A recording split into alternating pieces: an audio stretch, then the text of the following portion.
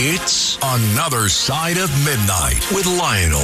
Now, to the Bernard McGurk Studios, here's Lionel.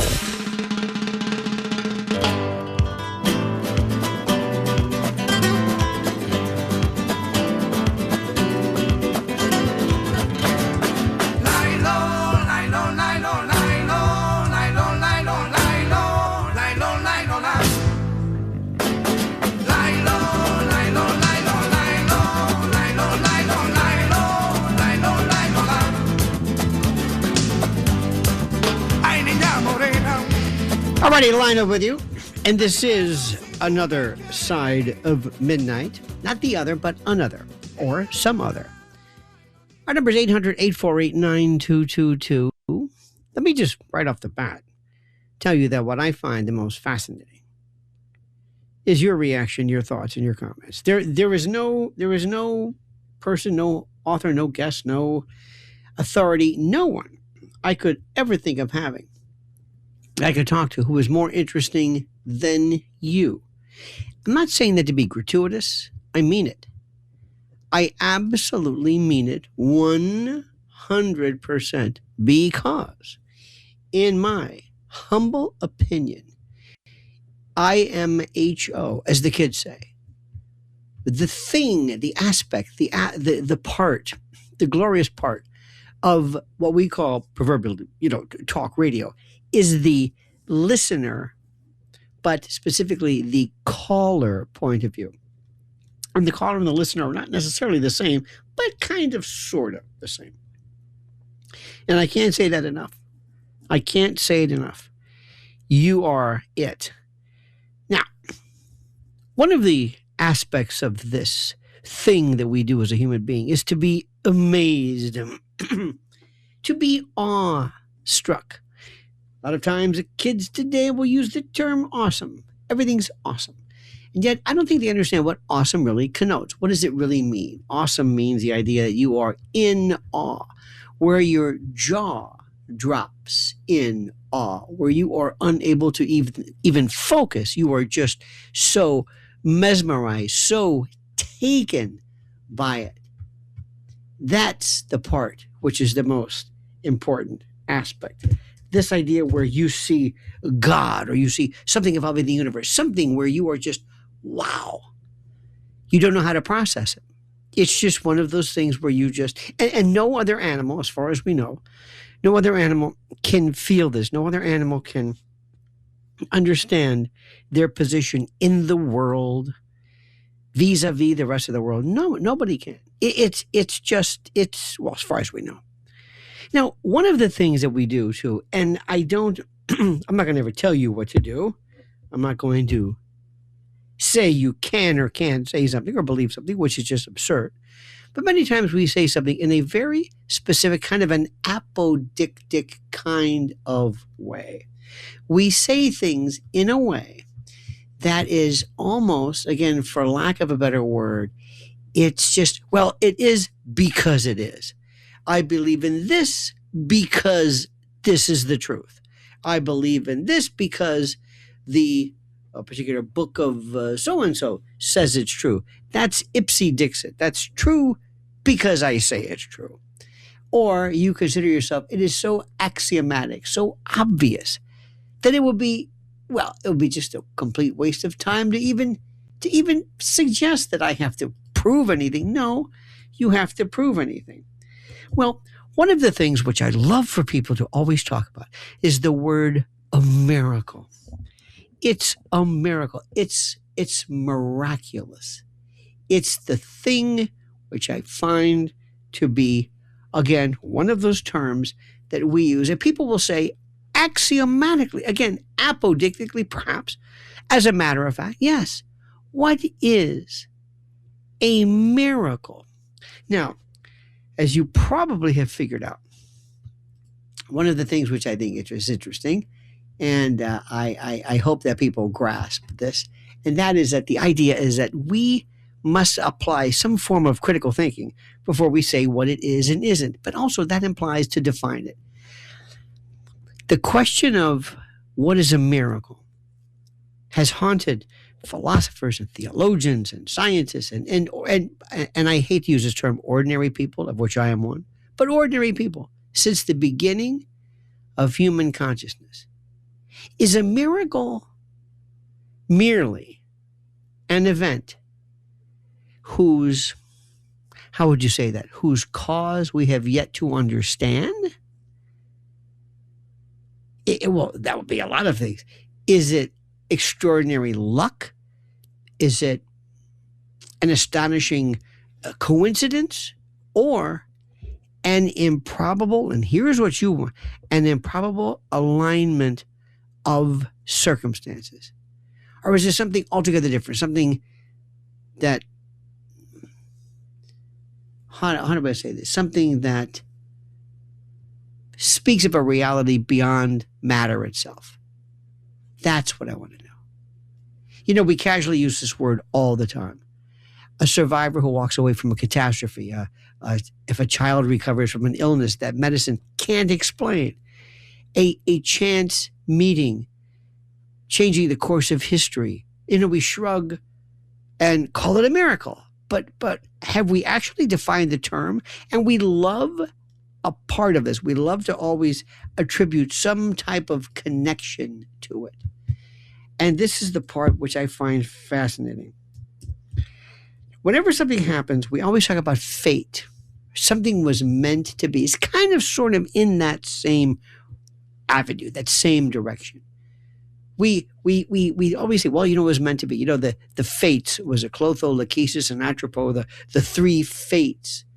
We hate the idea of there being randomness. Everything has to be for a reason. And it's a wonderful, sometimes it's a defense mechanism, sometimes in which we will say things happened in order to explain why. That's intellectualizing. Sometimes we will change the facts in order to explain what we're doing. That's called rationalizing. Luck is randomness. Entropy is disorder. Chance is probability that expresses itself across a variety of different platforms and, you know, numbers of possibilities. Now, none of these concepts really possess kind of an intention. You know, none chooses, none loves. Luck, randomness, we hate that. I personally find it to be sometimes very, very soothing to think that, don't worry, this bad thing that happened to you didn't happen for a bad reason. In fact, we never think about it this way. What is the opposite of luck? Well, bad luck. Luck always implies good. Well, hey, this is my lucky day. If somebody contracts a rare disease, I always think of somebody who, this is terrible, but sometimes you hear it, you know, so-and-so, he died of a heart attack. Well, you know, he never took care of himself. But if somebody contracts or develops a glioma or a glioblastoma or some dangerous brain tumor, it's not necessarily associated with any kind of behavior that warranted that brought that on. How do you explain that? Is that negative luck? Is it a negative miracle? Is it, and I don't want to ever invoke the notion of religion or faith because that defeats the purpose. There is nothing more antithetical to critical discussion. I'm sorry, please don't take this the wrong way. To somebody just saying, well, my religion says this, and my holy book says this, and that's the end of it, let's move on. That's not a discussion. Well, then does my holy book outweigh yours? Well, your holy book is wrong. Your religion is wrong. I don't want to get into that. But there's something which is fascinating. All of this suggests that behind what appears to be the ordinary machinery of existence, there still exists a will or some force capable of intervening without violating the deeper architecture of reality and free will. How does that work? A miracle is not something that's unlikely. Every lottery winner experiences something unlikely. Every improbable coincidence is statistically inevitable if enough events occur. But probability alone cannot in any way distinguish miracle from happenstance. How do you do it? Do you hear what I'm saying? The defining characteristics of a miracle is not improbability, but intentionality.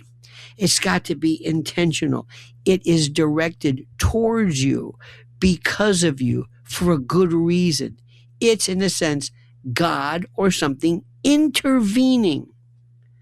Now, again, I ask the question, what if something bad happens to you? Is it God intervening? And again, I don't want to get into God. I use this sometimes. Let's call it nature. I don't want to get into God because I'm violating my own rule regarding religion. But that's kind of what this means.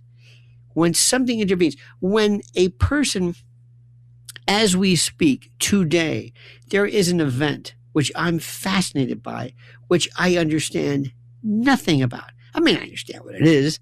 It's the World Cup. And it's the world literally is going to be watching this about a game which involves a lot of skill, but a lot of things which are unnecessary and unimportant involve skill as well.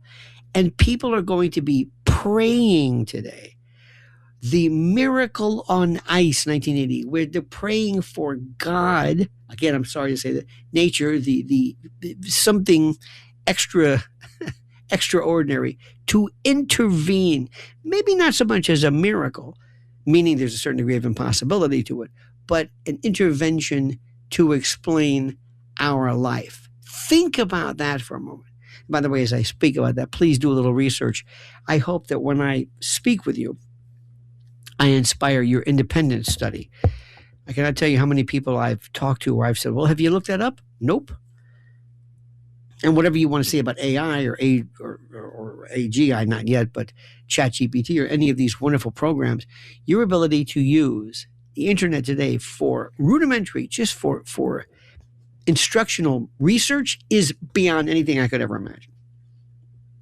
And ask about Juvenal, Juvenal, the Roman poet. Bred in circuses, panem et circenses. This has been put into the offing. Sports, competition. It is tribalism. It is human behavior, to me, so basic, so rudimentary, so fascinating, but nonetheless so basic. It's like things I don't understand. How can you get excited over a game? It's not the game. It's what it represents. Two Spanish-speaking countries against each other. So what? So what? Look at us. No matter how incredibly brilliant you think humankind is, we're getting excited and losing our minds over a game. Involving a ball. So anyway, but there are people who are going to be asking for a miracle, for intervention, for a connection with something, some other force. For the deist, the distinction between improbability and miracle is especially fascinating. Classical deism envisions a creator who fashioned an elegant universe governed by discernible laws, kind of a clock, some cosmic clockwork. We love to use the word clockwork. This is the whole notion of this classical design theory where you find a pocket watch on the beach and you imagine, well, some human put this together. But we believe that the world runs by order of astonishing precision, yet even within such a universe, the deist believes this intriguing possibility. What if the creator's intention, and they use that word, let's call it nature instead, is not always expressed by suspending natural law, but by orchestrating it? What if the miracle that we speak about is not the violation of nature, but its perfect timing? This is what separates us from a Cocker Spaniel. The ability to think and to wonder and to muse. Never let that go away. Sit back and just think. Don't answer the question. Listen to the question. Ask the question. Marinate it. Dissect it. Pull it apart. Look at the layers. This is what I love. And this is what we're going to do this eve, this morn, whatever you want to call this, on Another Side of Midnight. 800-848-9222. Are you ready? And are you ready for me to wax a tad Socratic when I ask you sometimes to define your point, not out of rudeness, but out of an intent to exhibit precision. This is Lionel with you on Another Side of Midnight. It's Another Side of Midnight with Lionel.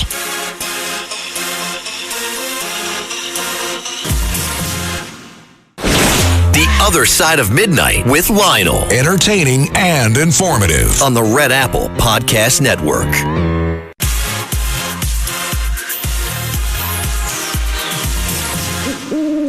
This is Another Side of Midnight with Lionel. Now, to the Bernard McGurk Studios, Here's Lionel.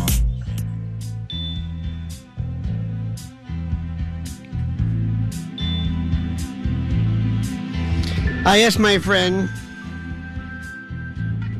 Miracles. Let me tell you something. Bill Lee, say one thing to him about something, use a word, and he'll pull a song out of the blue. Why? Because he's an example of human exceptionalism. Our number is 800-848-9222. The great Marty Balin, by the way. My friends, let's just jump into it. Let's just think. The only thing I ask is please don't say, I believe this because the book of Corinthians or the book of Said or the book of... No. It's not that it's wrong, but that's not the type of intellectual discourse I want to avail myself of and regarding. Let's go to Martin in upstate New York. Martin, you're the first caller on Another Side of Midnight with Lionel. Yo, Lionel, man. So the Birds had Martin, that have a tune, great day, my friend. Have a great day. Thank you next much. Now, I want everybody to listen, and I want our dear friend answering the phones to remember that voice, because it will always be presented in a different style, in a different framework, with a different name. And I just want to remember, just keep that in mind. Think about this: recognition versus recall. There are very few people, and I mean this sincerely, that ever say, no, I don't want to talk to, because some people are absolutely wonderful. Sometimes a caller, you think, this isn't really going anywhere. And then sometimes a caller will inspire. But then again, I understand the notion of intellectual redundancy. And that, my friend, doesn't become any more redundant than that. Lucas is gone. How about... is it Melvin or Malvin in Minneapolis? Melvin. You're on Another Side of Midnight. Interesting Yes, framework. well, the spelling is most unique. Is this Melvin? You got it. That's it. Good Melvin. morning, sir. Welcome, sir. Well, I thought Dr. Sky was still on, but I have for you, because they were talking about the Russians with spies. There was something called the... well, listen. Excuse me. You were thinking this is Dr. Sky. Is that what you were thinking? Well, he was on just before you. I didn't realize that is correct. You know what I want you to do? Do me a favor, sir. He will be back next week. You call him and you pick up right where you left off, because I'm sure he would love to hear and entertain your discussion. And because nobody does it better than he. It's an interesting concept. I didn't intend to call you. I was calling someone else, and oh, look, you're on. So let me throw the question that I was going to ask someone else regarding a subject you're not talking about and run it by you. No, I think for purposes of I keep using the word intellectual continuity, that we get to the bottom of this. Anyway, let's go to Dr. Anthony. Dr. Anthony, you're on Another Side of Midnight with Lionel. Yes, good morning, Lionel. First, I want to say I love your wife. I love her program, yes, sir, because it's based on protecting children. It's based on awakening our sleepy parents and the general culture, and protecting children, the most vulnerable creatures in the world. Okay, that's correct. I agree with you 100%, sir. Secondly, I don't understand why the public is not outraged in the unholy alliance that our mayor has made with UFT President Mohu in making sure that they stop the reduction of class size that was supposed to go into effect this September. And in, you scratch my back, I'll scratch your back terms. The teachers well, are what do you get think? You're going to get a nice increase. What do you think? Teachers. Okay. What do I think? But explain to me the theory, the mechanism behind it. Even though that's not what we're talking about, that's okay. I like that. We're not talking about, this is not about miracles. This is not about the synchronicity of probability versus improbability, which is my very thoroughly dissected and pronounced prolegomenon introduction. Nonetheless, there's something to be said about this. What do you think is a reason for that, sir? I think that it all comes down to money. The mayor's able to save a fortune in paying off the teachers and the union and not reducing class size. Fascinating. And I thank you so much for that call, sir. An excellent question. 800-848-9222. Lucas in New Jersey. Lucas, you're on Another Side of Midnight with Lionel. Yay, Lionel. I had a question. What do you think? Is a broken clock ever right? Because this is what I was thinking. A broken clock can never be right because it's frozen, right? Mm-hmm. If it doesn't tell time, it doesn't tell time ever, not even twice a day. Well, I understand what you're saying is you are taking literally and actually the reference, if you will, of this. You are taking this, a broken clock is right twice a day. You're taking it as literally true, right? No, not well. People say even a broken clock is right twice a day, and I say no. A broken clock is never right because it never tells time. No. You don't know when. What I'm saying is the right time. Now what you're doing is what you did was you repeated yourself, and what I said was you were taking the notion of this aphorism, this apothegm, this bromide, this chestnut, and you were applying an absolute literal translation to it. And what you did was you repeated the literal translation. Years ago, there was a friend of mine who used to say, a lot of people have been killed by an empty gun. And the idea was that some people say, hey, don't worry, this gun is empty. And sure enough, there was a bullet or a round in the chamber. And I said, well, it couldn't be empty if it killed somebody. And I, of course, did kind of what you did. I would pretend I didn't understand the theory behind it. What do you mean? No, it's an expression. No, you said it was empty. Well, that's an expression. Well, it can't fire if it's empty. So that's kind of what you did. So on a bigger picture, Lucas, on a bigger level, what is the point, the chestnut and bromide and apothegm and aphorism you would like to impart? Give us the idea. Let us look into your mind. Yeah, well, I've worked tiles in many years, and what I noticed is that tiles, a lot of time, tiling, sir. Okay, sure. I actually, it was an Applebee's I once did, probably 15 years ago. Bayonne, I believe, North Jersey. Let's make sure we specify where it was, though. Can you give us a better idea of where that Applebee's was? Well, I don't want to go too deep into this on air, but I think we already have. I think indeed we already have. But what do we want to glean from this? No. Let me ask you. I'll tell you, Lionel. I'll tell you. Sure. What I saw under those floorboards, I've chosen to never discuss publicly, but I'm telling you that place closed down 2 weeks after I left. Still closed. Lucas, the building's there. Lucas, I got to ask you a question. This is fascinating. What was the intention of this call initially? I'm fascinated. We're going from literal, it's interesting. We're going into a level of precision that I think is perhaps, some might say, is not necessarily warranted, but what was the purpose of this, the design of your call and your point today? I want to make sure I understand it. Well, I called about people making, these kinds of sayings out of things that don't really make sense. And I think it all comes back to things that people don't want to talk about. Because, in fact, well, let me explain. The things that interesting. People do you know Right. Do you know that sometimes the idea, what is an expression?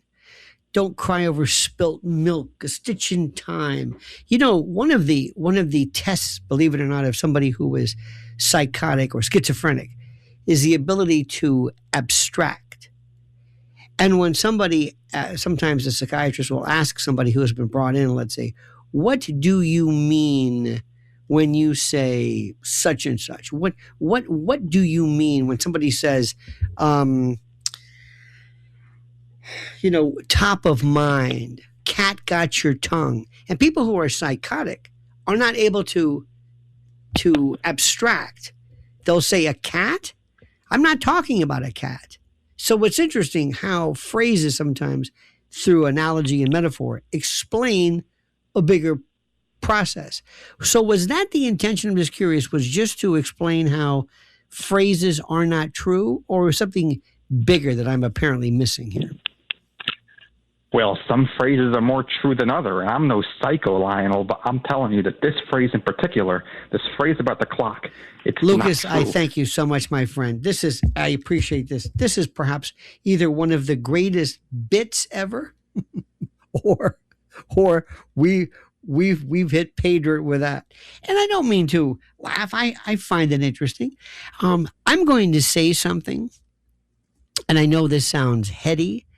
And I know this sounds sometimes it might be a little bit like, well, and I know it sounds rather haughty, but critical thinking, and we always talk about that, is something that we just don't ever really involve ourselves with. You see, I always look at something a little bit differently. I look at human behavior and why we do things differently. Let me give you an example. In New York, and many of you are not from New York and not really paying attention, but many people in New York have a hard time with the notion, with this abstract notion of this fellow named Zoran Mamdani. First point is, it's a very simple thing. 3 syllables. Mom, like mom and dad. Donnie, like Donnie Osmond. Mamdani. Simple. Mamdani. You might even throw Ma'am Danny if you want to go more upstate, which is fine too. And yet, since he ran for office for the first time, there are some people who have never even come close to approximating his name in terms of pronouncing it correctly. I find that fascinating. I mean it. How can people not say a name correctly? Oh, that doesn't matter. Some might say he's not worthy of it. Okay, but forget it. So that's step number 1. Number 2, they will attribute to him everything from communism, socialism, Marxism, evil, you name it.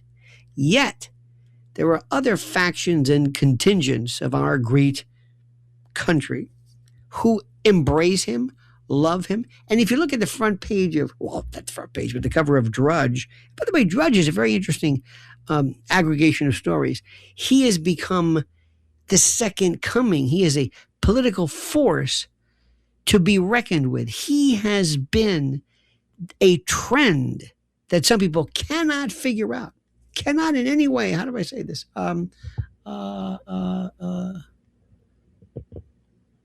Appreciate. Now, irrespective of everything, my question to you is simply this. How is it that people do not understand that politics, in particular, which is what we're talking about, is not who's right or who's wrong, but who's in the majority? And why do you think there are some people in the majority? And why do you think people act this way? That's the issue, not the usual story. But what about free buses? What about free, grocery stores? And yeah. That's kind of a symptom. It's a very good issue. But the bigger issue is, why do people find something like this interesting? Like my particular question, this question I want to know is, why are people out of their minds over soccer or football, depending upon where you're from? I don't understand it. I understand liking it.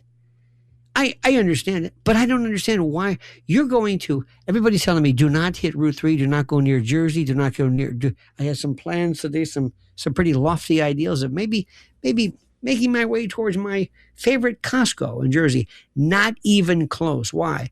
Because the world will be descending upon I still say the Meadowlands, but in any event. Why? Because of a game, a seemingly, actually, meaningless, artificial creation of something that appears to be battle, I guess by analogy, and people will cry like they've lost a family member over a game. Why?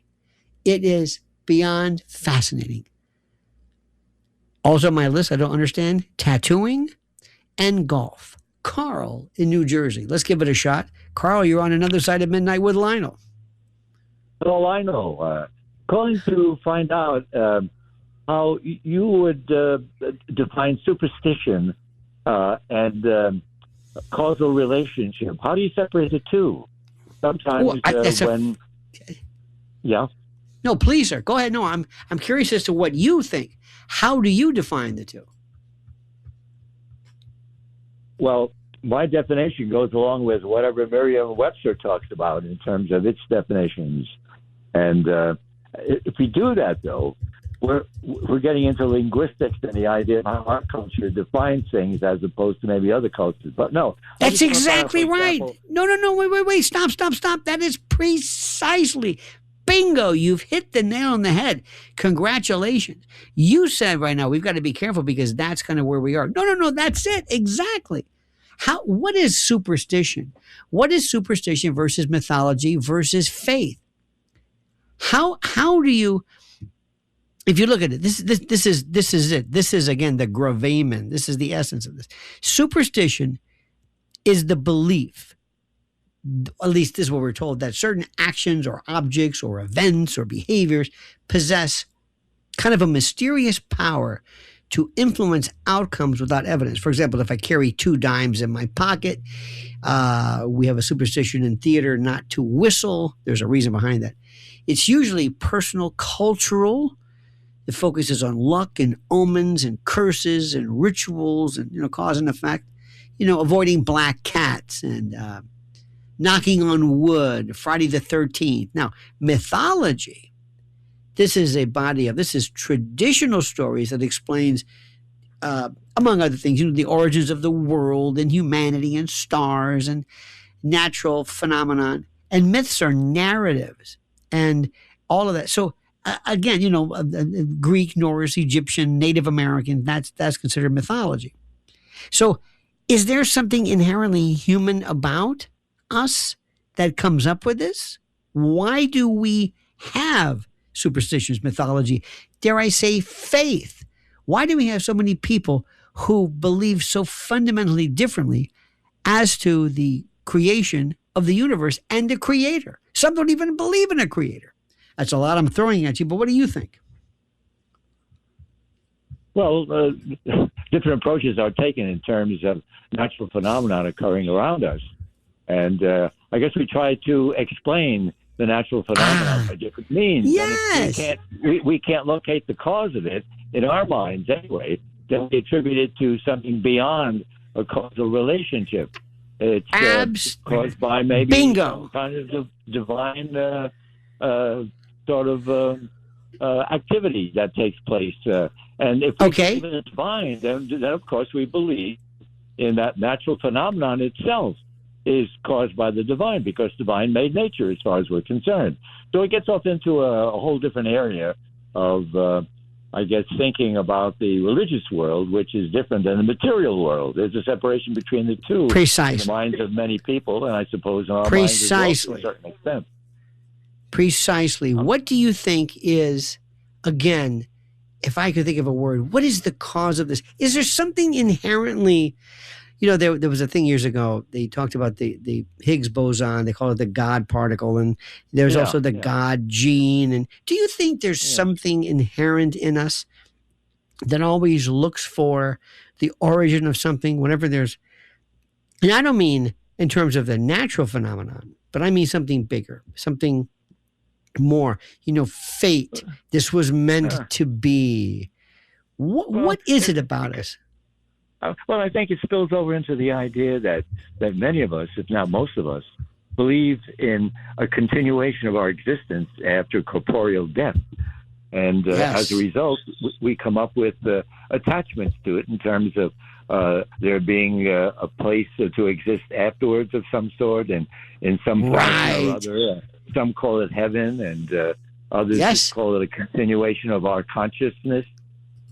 So it's that need to not want to give up on our existence, our consciousness, our awareness, our activity, that who we are. Who are we?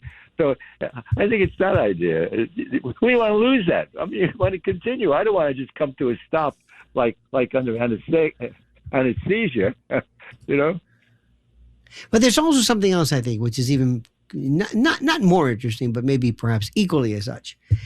Whenever there's nothing more problematic to a lot of us than to think that something just happens by random. Give you an example.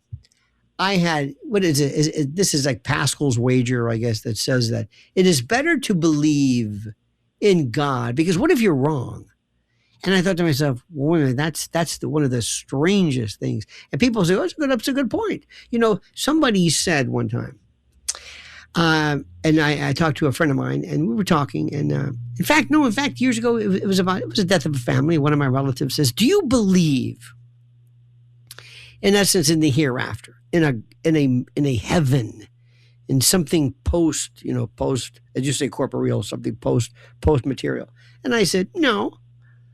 Because in order for me to believe in something, I don't believe in a lot of things. It's not, I'm not saying it's not possible, because the word belief is a whole other issue. Yeah, but isn't it soothing? Isn't it soothing? And I thought, isn't it soothing to believe? So I asked, so do you believe in something that is more soothing, irrespective of whether it even makes sense or not? What if I told you, Carl, you should marry that woman? Why? Well, let's assume she's the love of your life, and let's assume that she might be the only one who wants to marry you, and let's assume, isn't it better to have, bird in hand, worse, there's a Bush reference I want to use. Think about how we do, because we're always trying to make things make sense. There's nothing worse than randomness. There's nothing worse than this idea of us being here. We're like a cork on the ocean, and things happen, and doesn't mean anything. Do you mean there's no reason for us to be here? There's no reason. I like when people look up into the sky, as Dr. Sky does, hence the name, and we say, do you think that this could have possibly just been here from, here's my favorite, from nothing? I love this, from nothing. I said, what does nothing mean to you? And I don't even want to go even more, but Carl, I'm sure you realize this, that whenever the notion of zero came along, remember the big story about zero as a number. I think it might have been either the Persians or I forget who exactly came up with the idea of zero. And zero doesn't mean nothing. That's the null set. Zero means no movement, no change in position. Now I don't want to get too much into this, but do you understand? Zero can mean beginning in terms of our birth. Our birthday yes. is 1 year after we're born. So exactly. Well, but for example, if I said to you, if we were watching a football game, and let's say the Jets may, advance 5 yards, and then we're pushed back 5 yards, what's their gain? It's zero. It didn't mean they didn't move. It just meant that the net change. My favorite also is if I'm at a stoplight and I'm not moving, and somebody zooms by me at 100 miles an hour, our average speed is 50, even though neither of us are doing 50. So sometimes even the way we refer to it doesn't make any sense. Now, what I'm telling you right now. Light doesn't work that way. You notice that light is supposed to be at the constant speed no matter what, whether you're going forward or backward or which way. Yes. Standing still. That's one of the things, by the way, which absolutely, one of my favorite things is when you are told something doesn't exist. How about when we I always have this, perhaps maybe it's a tad cartoonish, but I imagine that God, or what you would call God, nature, looks at us and says, okay, watch this. Keep going. I want to introduce to you called quantum mechanics. That Einstein stuff is great for big stuff, planets and, light. But let's talk about something really, really particle, basic, subatomic. The idea of bilocation, where we don't know where anything is. How can two things be in the same place at the same time? Remember this fellow Padre Pio? You ever heard the story about Padre Pio? I was just going to say that, Lionel. That's interesting. I can't believe that. I better watch. We are in this is very weird. Padre Pio believes in I remember one time somebody said Padre Pio, people would see him in different places. And I remember turning to somebody and said, yeah, I was just going to say that. And so somebody came up with the term bilocation. I said, do you realize that giving it the name bilocation presumes that it exists to have a name? You know what I mean? It doesn't. Well, we have to we have to apply names to everything. We have to give things labels. Yes, that's part of our language. But certain things, it elevates it to a status. See, for example, I think one of the greatest words is weird. But that's not going to help you. You don't want to go to a doctor who says, hey, my rash came back. That's weird. They like recurrence. And anyway, so all of our lives, we're trying to make things. Away. Pardon me? Those connotations get in the way. Yes. And what we're doing right now is, as we see, I think you're one of the few. I knew I'd find somebody. By the way, you were, as you know, were it not for your call, sometimes I would imagine I throw in the keys and say, you know what, forget it. I'm just wasting my time here. But you give me hope to carry on. You light on my life. I think Debbie Boone said it best. But this is the stuff that I find the most interesting. And people a lot of times don't like this. This is intellectually cumbersome. This is a waste of time. People say, what are you talking about? Give me the apodictic. Give me the black and white. Give me the Manichaean, good versus evil, right versus wrong, up versus down. Don't give me this multiple simultaneous spins and Bible. Don't give me that. And don't get technical either. Yeah, right, exactly. I want technical. That's one of the things. And also, there are some things, and this really bothers people, that humans will never be able to truly understand. We'll be able to explain, but we don't understand it. There's a lot of times when I asked a friend of mine one time who was a dermatologist, he says, oh, I'm very good at diagnosing, and I can explain things, but I don't understand why does this happen in the first place? Why did you get acne rosacea? Yeah. Right. But I can explain it, but that doesn't go too intuitively why we do something. Hey, Carl, on behalf of a grateful nation. I'm sorry? Okay, he's gone. Thank you so much, my friend. I think he said anesthesia. I think. Sometimes I don't know if it's me, I just don't hear well enough, or maybe it's the phones, or maybe some people do not want us to speak. In any event, my friends, this is perfect. This is exactly the way I like it, because this is Another Side of Midnight with Lionel. All night long, this is Another Side of Midnight with Lionel.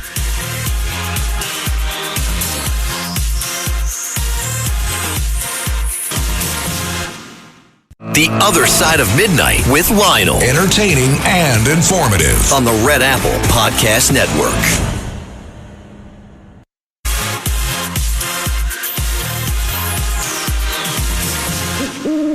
This is Another Side of Midnight with Lionel. Now, to the Bernard McGurk Studios, here's Lionel.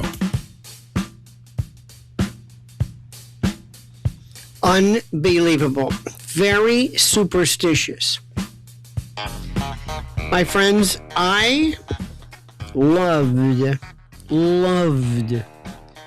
and I say this with such reverence, growing up in the Catholic Church parochial school in the 60s. I have a friend of mine who recently converted to Catholicism, and I'm not I'm not an expert on Catholicism, I'm kind of a retired Catholic, but nonetheless, the school and what we learned as a child really affected me absolutely permanently. And one of the things which I loved was how the stories that were presented to me were incredible, specifically regarding the saints and the martyrs. And again, this is not to argue whether they make sense or not. That's not the point. And one of the reasons why I thought, is this because of parable? Is this because of, I don't know what the reason for this was. But I went to a place called St. Lawrence. I originally went to a Sacred Heart Academy. By the way, there's loads of Sacred Heart. And why the Sacred Heart is the Sacred Heart versus the regular picture of Jesus, I never really understood. But anyway, I went to this place called St. Lawrence. Now, St. Lawrence was named after St. Lawrence of Rome. And St. Lawrence of Rome was a martyr. And St. Lawrence of Rome, and please, I ask you to do this. Do not take my word for it. Do not think I'm being cute or coy or funny. No. I want you to go and look this up. St. Lawrence was martyred on a gridiron, on a grill, kind of like a barbecue grill, so to speak, or a grill, like and he was tortured that way and died, martyred. And his famous line was, now get ready for this, turn me over, I'm done on this side. Now, I'm not kidding. I'm not making this up. Please look this up. Please don't just say, oh, there he goes again. No. This is what was told me. I don't know whether it's true or not. I'm just saying this is the lore that was presented. And I remember at the time asking, in my own inimitable childlike way, I could see something. I said, isn't it interesting that with your, I forget, one of the nuns, Sister Mary Agony or whoever it was, I said that in your attempt, and I didn't say it like this, but the essence was, in your effort to get me to believe this, you're giving me examples, not of famous people who, upon accepting this particular ideology or theology, became rich and famous and glorious. No, they were martyred, killed because of this belief. And you want me to believe in it. Isn't that a bit ironic? And of course, they looked at me like, what are you talking about? Alexi in Queens. Alexi, you're on another side of Midnight with Lionel. Yes, good evening, Lionel. It's a pleasure to speak to you again. Yes. A question. You are familiar with the principle of law. You are an attorney, correct? Yes, correct. When, say, someone is going in a criminal matter and they are arrested and they are charged and so on, and they have to plead and they don't plead guilty, but they want a trial, and the lawyer says he tells the defendant, you will have a trial by your peers. Mm-hmm. What connotes a peer in this case? Is it someone? It's merely an expression, right? Is it someone whose lifestyle is akin to the defendants, or it's just anyone? It means citizens. Citizens who at least maintain the requisite characteristics of that required to be a juror. It's all it means. It doesn't mean, for example, if you're a black defendant, does that mean black people? If you're a poor defendant, does that mean poor people? Does that mean if you're gay? No. Does it mean somebody who mirrors you? No. It's merely an expression, an anecdotal expression to indicate civilians. By the way, the same theory is used. And by the way, I thank you for your call. The same theory is used when we try to discuss the grand jury. The idea is that you want to have a neutral, detached group of your co-peers to distinguish and to separate you from the sovereign, you from the king, you being this intermediate, this buffer group. Fascinating, is it not? 800-848-9222. I want to talk more about this thing called superstition and mythology and miracles. Have you ever been the beneficiary of a miracle? And what's the difference between a miracle and something that happens positively that's random? And have you ever had disaster fall upon you or your family? And is that the opposite of the miracle? Or is that just randomness? And do you select it by virtue of the way you like to see the world as being? 800-848-9222, hour number 2 coming up. The Other Side of Midnight with Lionel. Entertaining and informative. On the Red Apple Podcast Network.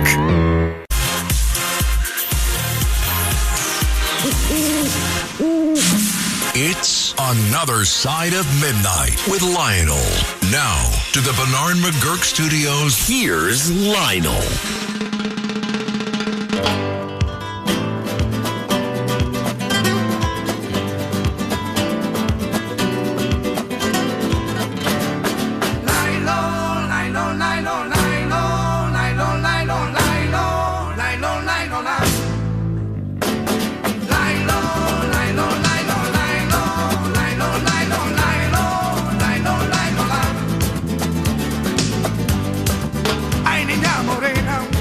Alrighty, Lionel with you. Hour number 2 of this thing of ours.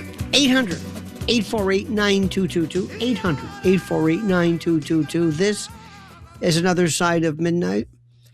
And as you have probably you might have picked up, I don't really care as much about the theory behind a particular action as opposed to what it means.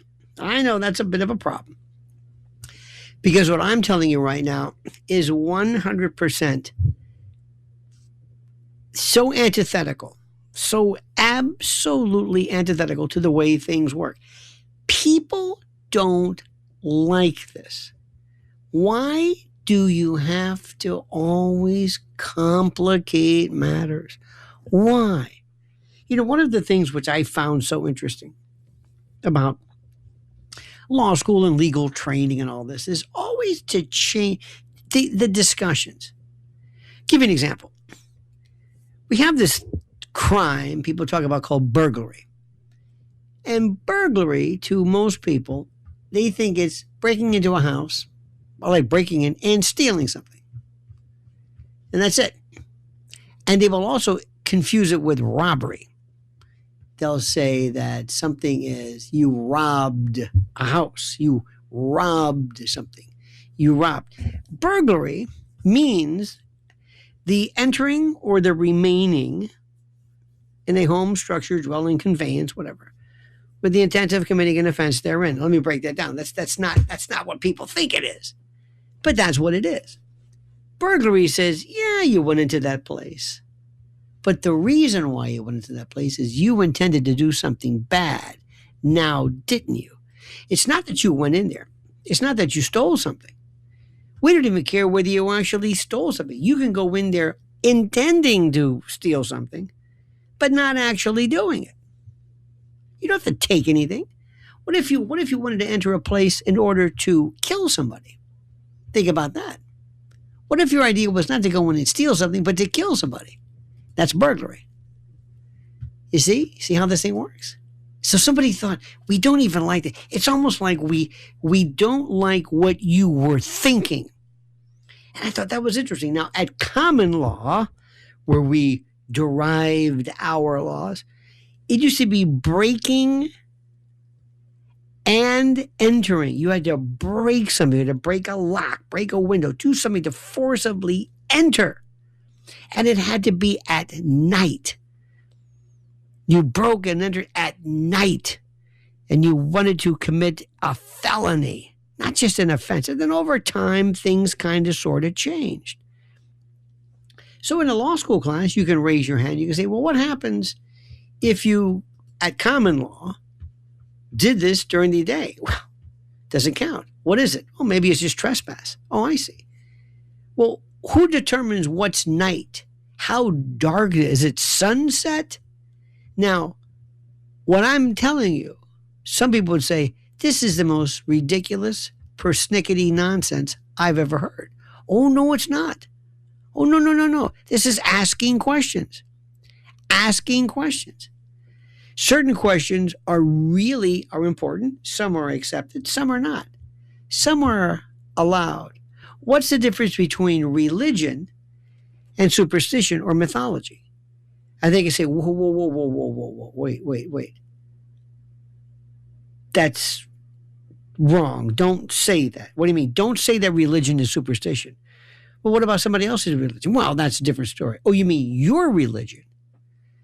Who's right and who's wrong? Nobody wants to hear this. Nobody. Absolutely not. Let me give you another example. We're asking questions will get you in trouble. Look at prototypical cable news today. By the way, with the exception of Newsmax. I heard something on the other day on Newsmax. Couldn't believe it. I don't watch it, but it was online. And there was some people talking about how the whole notion, this insane factual basis of Tyler Robinson, who theoretically was the assassin of Charlie Kirk, it makes no sense. And one was a Navy SEAL and a retired general. I'm thinking, on Newsmax? They're daring to go against the narrative on Newsmax? Does Chris Ruddy know about this? I loved it. It was terrific. It was like, wow. And what happens is, when you go and when you're in a particular mindset, when you want to tell people something, you use the great words of, I think one of the broadcast geniuses was Roger Ailes, who said one time, two things that were interesting. One was, they said, do you think that we should have a license to be a journalist? And Roger Ailes says, you only need a license to cut hair. I love that. And the second thing is, he says, I don't want to broadcast. I want to narrowcast. I want to give people a worldview that, in essence, he didn't say it quite like this, but he said it, a worldview that reinforces what you believe and what you think. I don't want to give you a contrarian view. I want you to know that your world is right, and I want you to know that you can tune in and hear things that will comport and jibe, depending upon where you're from, with what you believe. It's like McDonald's. You can go into any McDonald's anywhere in the country, and it tastes exactly the same as it does in Newark or Wilmington, Delaware. That's what it is. So we started off today with the notion of a miracle. I've got a friend of mine who actually it's a fascinating study. This is the fellow who basically lost his career because he came up with this example of this terrible double vision. And his job specifically required his ability to see correctly. And it went away, and he had to change mid-course. And all of a sudden, one day he woke up, and it reversed itself. This is a true story. And he's a physician, by the way.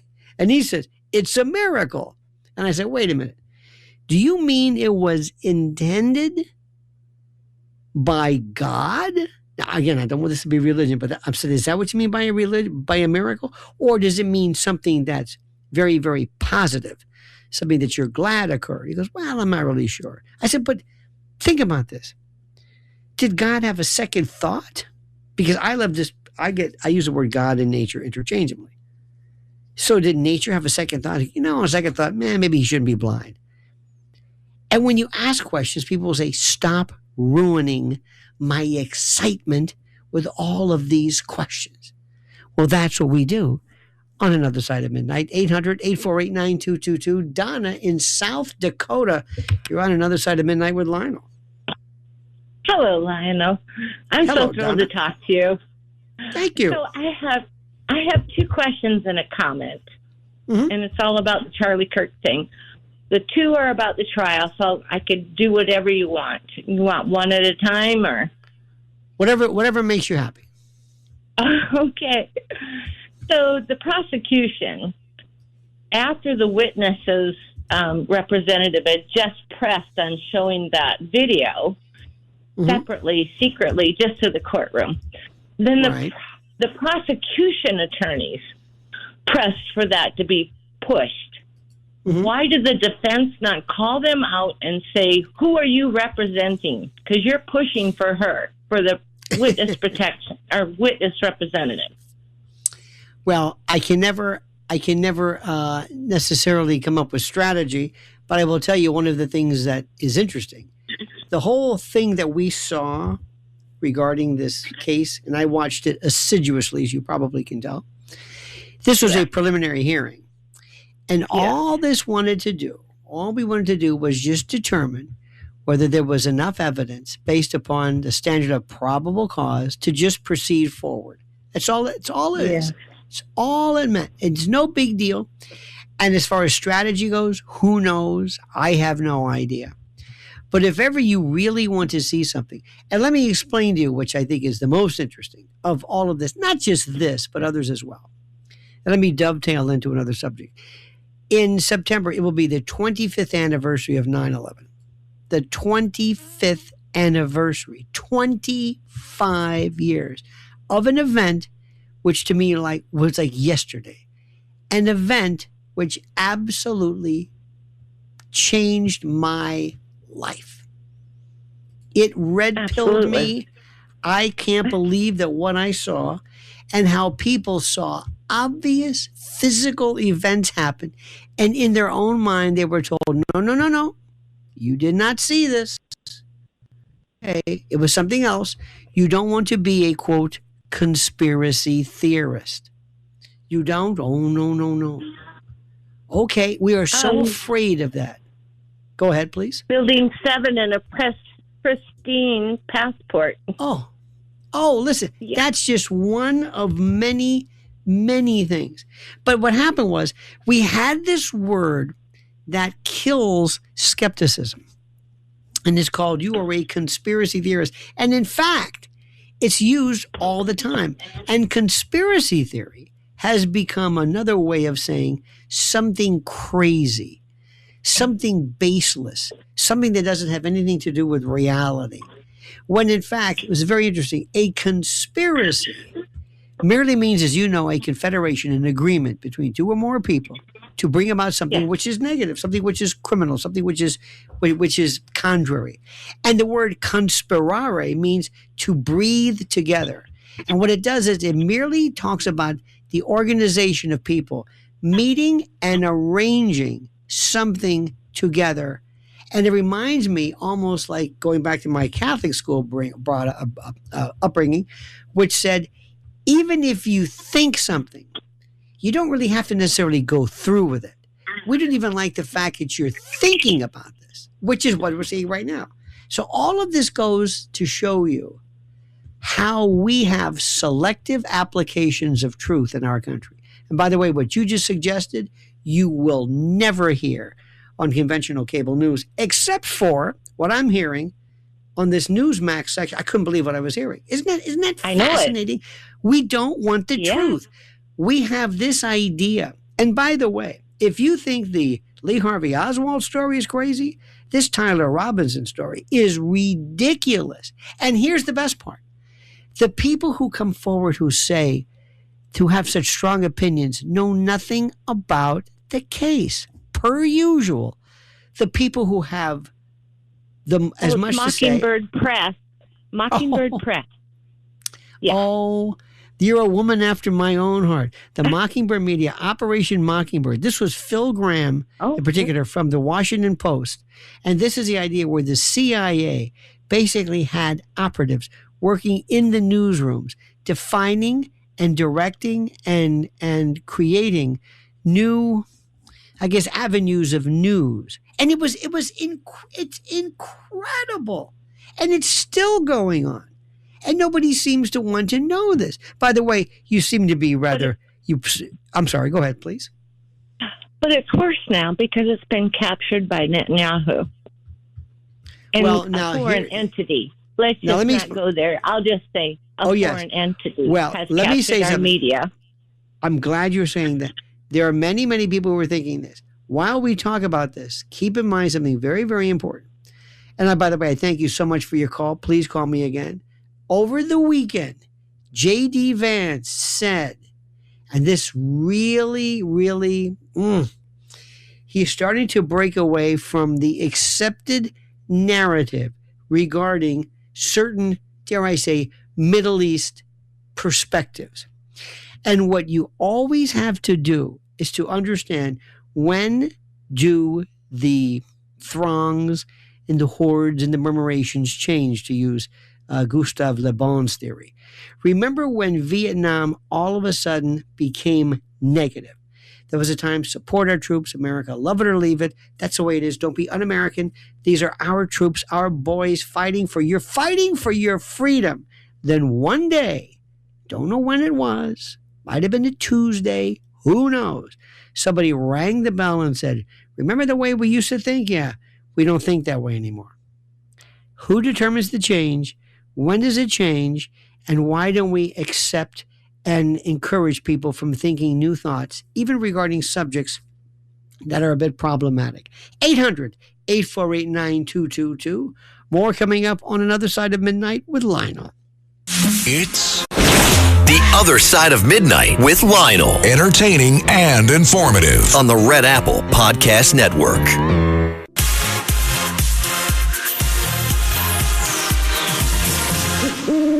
This is Another Side of Midnight with Lionel. Now, to the Bernard McGurk Studios, here's Lionel.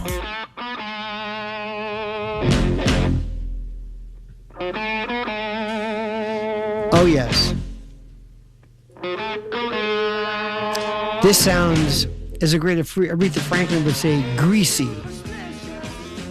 Look at this. Makes you wonder about black cats and superstitions. One day I was at Gallagher's, 52nd Street, the great steak place. And anyway, we're at the bar years ago, and during the intermissions, people would come from next door, and booze up and then go back, and it was kind of funny. In any event, so one day there was one of the bartenders who I guess I don't even know if he's even with us anymore. That's a nice way of saying, I wonder if he's dead. We say, I wonder if he's with us. Maybe he passed. Don't you love that, this euphemism? You mean died? No, passed. He transitioned into something else. In any event, there was this idea. He told the story of how Yul Brynner one time came in, and this bartender at the time was whistling. And Yul Brynner, according to him, said, it's bad luck to whistle in a movie theater on Broadway. He says, well, number one, we're not on Broadway. We're not on the stage. Number two, this is my bar. And number three, shut up. I don't care who you are. Well, as you can imagine, that didn't go over very well. So anyway, somehow the discussion when he related the story was very interesting. And somebody says, do you know why that came about? Why was there this, quote, superstition? Because everything starts off, at least initially, based on something that may have had some merit to it. And what happened was, in the old days, when you had stagehands and you had to have scenery or big movements, you had sandbags, big, heavy sandbags that would be released or dropped or lowered in order to allow certain scenes or whatever, different stage props to be moved. And the way they used to be signaling was with a whistle, kind of just so that nobody, the audience couldn't hear, but that you knew you were signaled. Consequently, if you whistle, it could be misinterpreted by somebody else as, let me drop a scene. So it kind of, sort of, maybe made sense, at least initially. And I like the idea of how we will come up with these things. I am fascinated with the time 11/11. Now, 11/11 has been attributed to, you name it. We have a friend of ours in the family whose child was born at 11/11. I mean, how exactly 11/11? I don't know. But anyway, when are you born? When you stick your head through? Who knows? But I've always liked 11/11. And I explained to somebody, I said, you do realize that 11/11 really didn't make sense until we saw digital time. Because we've had analog watches and clocks for a long time, but it never became as apparent by looking at the hands as you do. Of course, the number numerologically was always important. So I was trying to explain to somebody how digital clocks, really brought home, the symmetry, the 11/11, And again, I got into this conversation I wish I never started, because people aren't understanding the point of what I'm saying. And by the way, on a tangential note, Did you know that in many respects, I have a friend of ours who's a elementary school teacher, said that the number of kids in her school who cannot read an analog clock, they only know digital.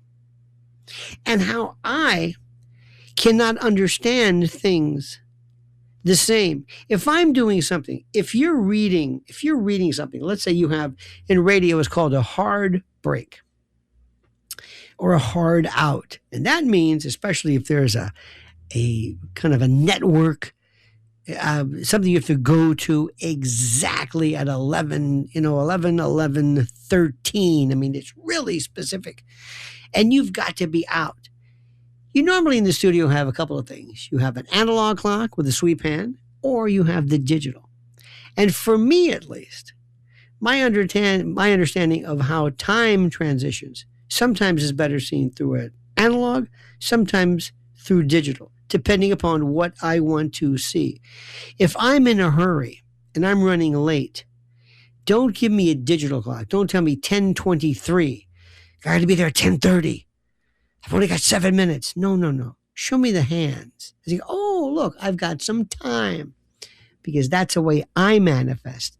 That's the way I recognize elapsed time and time that is upcoming. So all of the things that we do, sometimes based upon superstition, sometimes based upon a variety of things, are all based, in fact, on our collection of reality. One more thing. You can't hear a lot of these things because during your, maybe you do, but in your, where you are in the country or the world, you might hear local commercials or what have you.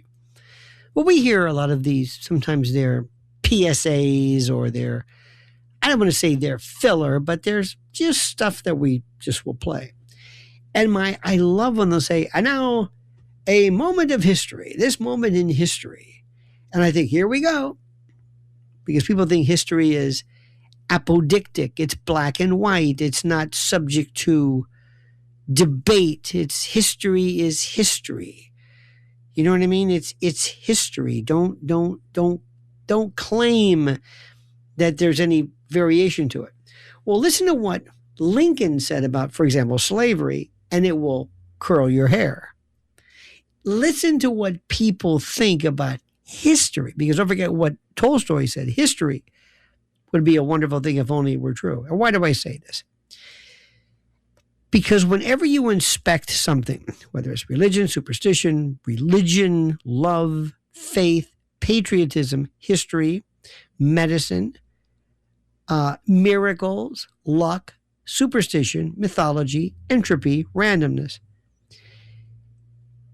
to me, it's a welcoming place because I love the gradations. To other people, it bothers them. There is a solace in American history. I love the idea. There was the notion of, in fact, Bill Lee and I were discussing and laughing about this notion of American exceptionalism. We are the greatest country in the world. Nobody is better than us. Nobody has what we have. No other country has free speech. No other country has due process considerations. No other country can you make money, enjoy free enterprise. None. No other country. We're the only one. And of course, that's a bit odd, but that's kind of what people say. And then when you ask people this question, they say, what are you getting at? Which is my favorite subject. Because there's a solace. We want to be the best. The greatest American citizen is a person who's able to differentiate between the people and the government. There was something recently, there was a Tucker Carlson had on Roger Waters from Pink Floyd. They were talking about 9/11. And Roger Waters was providing an idea. And I don't subscribe to it for reasons I'd rather not go into because it's not what you think. But he said that one of the reasons why we have not had 9/11 is that sometimes it's the old Malcolm X theory. The chickens have come home to roost. That for years and years, American violence is such that it's finally come back to bite us. And it was an idea. So Ted Cruz, who was, of course, as absolutely I guess, apodictic. He's almost like bumper sticker. He says, why do people hate America? Why do people hate America? Why does, especially this foreign guy, and why does Tucker Carlson hate America? And of course, I know Ted Cruz knows better, but nobody hates America. It's the American government. It's American foreign policy. I don't know anybody who hates us. You hate America? You hate pizza? I know it was elsewhere, but not our pizza. You hate Duke Ellington? You hate Mount Rushmore? You hate stuff that we have? Football?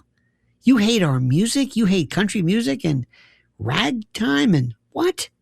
You hate America? You don't hate America. You love America. Some of us are crazy as a bedbug, but we love her. No, it's the government. It's our foreign policy.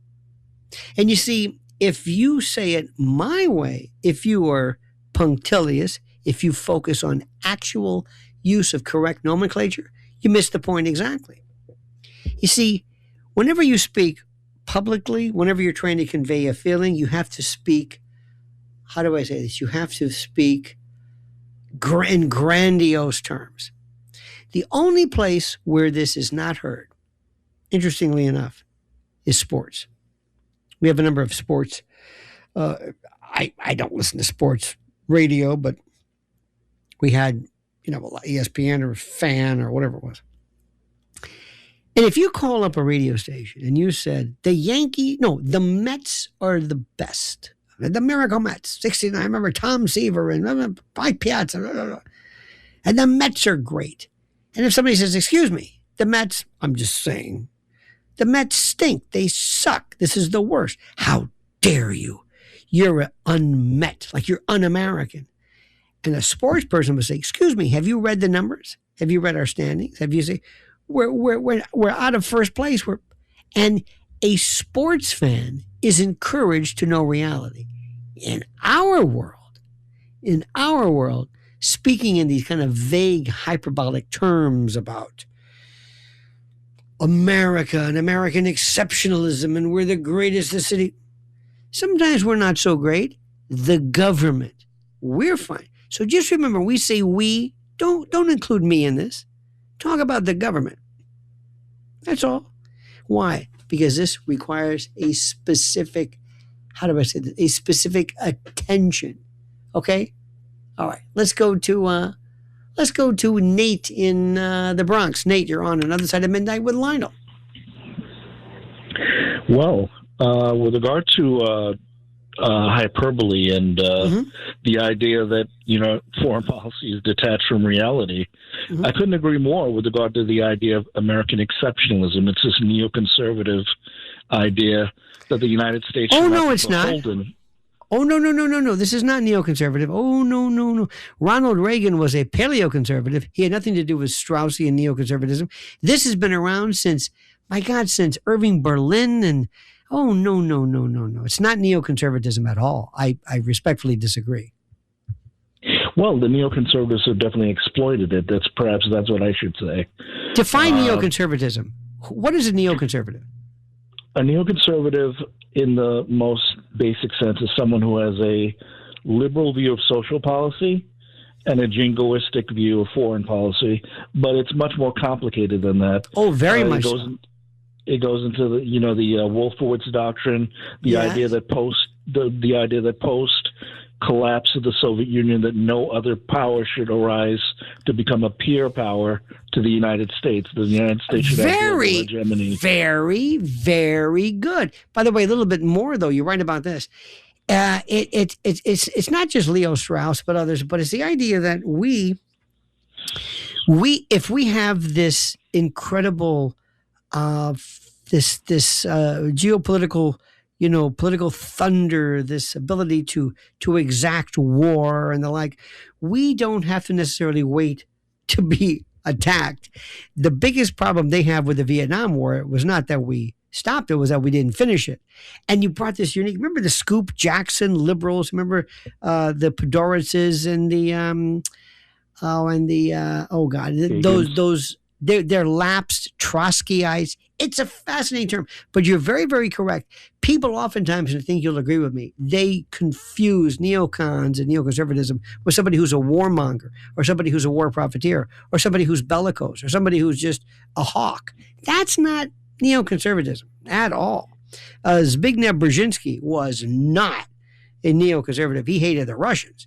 And everybody, and Ronald Reagan and Pat Buchanan and William F. Buckley. By the way, I never thought I'd ever say that, but I miss the paleoconservative, the one who didn't believe in these ridiculous foreign theaters. In any event, I'm sorry, sir. It was off on a tangent. Proceed, sir. Okay, not a problem. But as always, you're very informative. So as are you. With regard to, yeah, thank you. So with regard to the current debacle and unwinnable debacle engaged in Iran, it's a continuation of these wars that have been going on for the last 25 years. Mm-hmm. That we've been at war almost nonstop in the Middle East. Yes, absolutely. Not to benefit the American national interest, but rather to benefit the interest of a foreign country. Which foreign country is that? That's Israel. Well, before Israel, with all due respect, though, listen. I'm not gonna say. A lot of people are saying this. Did you hear J.D. Vance's speech recently on Joe Rogan? I couldn't believe what I was hearing. I'm thinking to myself here. See, up till now, by the way, there's a very interesting thing right here. You have found that whenever anybody even utters this word, my advice, everybody, is do not ever even address this subject in polite company, because unless you say something calibrated within a particular framework, you're going to be called anti-Semitic, even though you're saying, there's nothing to do with the Jewish faith or Jewish faith. Not at all. The same thing happens with how you're called a racist if you attack certain subjects. You are called un-American. And what I'm saying is simply this. Do you notice how things are changing? Like somebody told, like J.D. Vance is the point man. Go out there and address this. We are not making the point. Now, one more thing too. You mentioned Iran. One of the things which is the most fascinating, and maybe you agree, maybe you don't, but there's one thing that we don't seem to learn. When you decide to enter into some type of bellicose activity, war, whatever, with a country, you better do not undersell them. Do not misunderstand where you are in terms of, is this geography? What time of the year is it? What particular type of warfare is this going to be? Is this going to be air power? Is this going to be from sea? Are you going to land? Is this boots on the ground? How committed are they to the fight? What is the end goal? This is the old Pottery Barn rule sort of Colin Powell. Do you understand? Who are these people? Why are you doing it? Does the American public have a commitment behind it?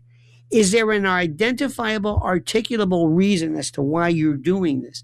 And also, how are you planning on effectuating this? America still thinks air power is available. No, it's not. No. So I find it incredibly fascinating. And how do you expect people in the Pentagon who are trying to get that fourth star, or who want to retire and go into, let's say, post-service, board of directors, how do they maintain their integrity and their status without rubber stamping whatever an administration wants to do? And we never learned. Vietnam taught us nothing. Does that sound roughly conversant or similar to your way of thinking? Oh, sure, very much so. I mean, air power by itself is not a panacea for all military problems. If you look back in Vietnam, as you mentioned, you had Operation Rolling Thunder. Rolling Thunder was probably the biggest recruitment tool for the Viet Cong that you could have ever asked for. Yes, in fact, yes. And also, by the way, one more thing. Just go back. When you look at the people who you were involved with during Vietnam, we had no idea. Like, who are these people? What is their mentality? And Ho Chi Minh was a fellow who loved, at least ostensibly, this was a guy who was a fry cook or a dishwasher, I think in Brooklyn. He patterned. Remember how he used our Constitution as his. I mean, it was like almost plagiarism. And for years, they were fighting. Basically, it was a nationalist civil war. And this is from thousands of years of imperialism against the Japanese and the French. We never understood them. Do you know, one time years ago, I interviewed Robert McNamara on WABC, the original WABC. And I talked to him, and he had just come out with this, I think it was The Fog of War, the Errol Morris or whatever documentary. And I said to him, let me see if I understand this. You misunderstood what was going on in Vietnam as some kind of a metastatic encroachment of kind of communism. But in fact, it was a civil war. He was a nationalist. And he says, that's precisely, he was like very animated. He goes, that's precisely right. And I said, well, why didn't you know this then? How did you allow this? How did we, so smart? It's like, have you ever heard, when somebody will say, in the old days, we believed that a lobotomy was the best way to handle migraine. Like, what? We didn't know better. How did we not know that during Vietnam? Why are we still making the mistakes? And by the way, how do you explain to people when we said to the Iranian people, listen, we're sorry about Operation Ajax, Kermit Roosevelt, Mossadegh, sorry about that. That's the way our government was, but don't hold that against us now. And what do you think about people that a government, if somebody were to take out our Pope, what do you think this would do to, as you would say, recruiting Catholics against whatever country took out our supreme or religious leader? We never think about how other people feel vis-a-vis something that our government does. And unless you do that, it's called empathy or being empathic, we'll never learn. But what I just said will be, I guarantee you, construed somehow as either un-American or liberal or I don't know what, normally by people who don't understand the first thing about history or strategy. Yes, and so far as that, I'm glad you mentioned, conflating being critical of Israel and critical of Zionism with being anti-Semitic or hating Jews. It's absolute nonsense. It's a shield that the Zionists put up to prevent people from being critical of them. And, I'm glad you mentioned that because there's a bill in Congress right now that has tremendous support on both sides of the aisle that would criminalize criticism of Israel, not just on college campuses, but in order to get a job with various government agencies. It's funny that you say that because I was reading one time something from Haaretz, and it sounded like, I said, can you believe this? And somebody said, where is that liberal rag? Who says that? I said, this is from Israel. This is what they think. See, the idea, we love, and by the way, Nate, I thank you so much for your call. Please call me again. We love the idea of things being very simple. They are not simple. Be very careful of anybody who tells you, don't go there. Shut up. You're un-American. You're anti-Semitic. You're racist. You're transphobic. You're misogynistic. Shut up. You're a conspiracy theorist. You are a conspiracy theorist. I remember one time, right after 9/11, pretty much soon, but I didn't know enough about all of the working facts. I didn't understand a lot of the working portions of it. And Flight 93, I didn't know where it was. Shanksville, Pennsylvania, I didn't know. And I said, I'm looking here at Google Images and I don't see a plane crash. I just see this thing called Flight 93. And somebody called up and said, what are you getting at? I said, what do you mean? He said, what are you getting at? I said, I'm not getting anything. I'm talking about an observation. And they said, well, are you suggesting this was an inside job? I said, I never said anything of the sort. You said that. But I don't believe there was a plane crash where you said this was. Turns out I was right. Later on, the crash was 8 miles away in this place called New Baltimore and Indian Lake. Why? Because I knew about this. And the first thing they were told was, do not go there with this. Accept the narrative. And if you want to go far, if you want to do in this particular realm, just repeat this. Now, if you tried that way of thinking on, let's say, certain internet platforms or digital platforms or streaming platforms, if you tried that same idea, put it this way. I heard recently, and I don't really watch this, but it was on somebody had a clip from our friends at Fox News, and they were saying something. And I thought to myself, I don't know who's writing this script. If you said that in certain, you would be buried on digital platforms. If you said anything but that on cable news platforms, you would be asked to leave immediately. See, this is what happens. I want to control your, not so much what you think, but what you say. And if I say things long enough, you'll be able to confuse and conflate that with what you think, with what you say, or of what you say. Mary in New Jersey. Mary, you're on another side of midnight with Lionel. Oh, hi, Lionel. I'm listening to the conversation. I think I'm out of my depth. But you were not mentioning, at all. But you were mentioning the end of the Vietnam War, and I have a memory definitely of Walter Cronkite saying, "This war is lost." No, that was it. That was it during the Tet Offensive. That was not at the end. Yeah, right. In fact, Johnson purportedly said, "If I've lost Cronkite, I've lost Mid-America." Oh, yes. That was what I was just about to say. Right. I remember him. I remember him saying that. So that was after the Tet Offensive. Yep. Oh, okay. I thank you, Mary. Please call me again. Walter Cronkite. People said, "Wow, he was a liberal and this and that." People don't recognize the fact of how, and you use this. It's become almost, I don't know what the word is, almost like a trite, but he was in fact trusted. And that wasn't just an expression. It wasn't just an expression, but they believed him and he always made it very clear what was his opinion and what was his reportage or journalism or whatever you want to call it. And when he recognized after the Tet Offensive, this is it. It's over. It's done. That took so much guts. But he was castigated.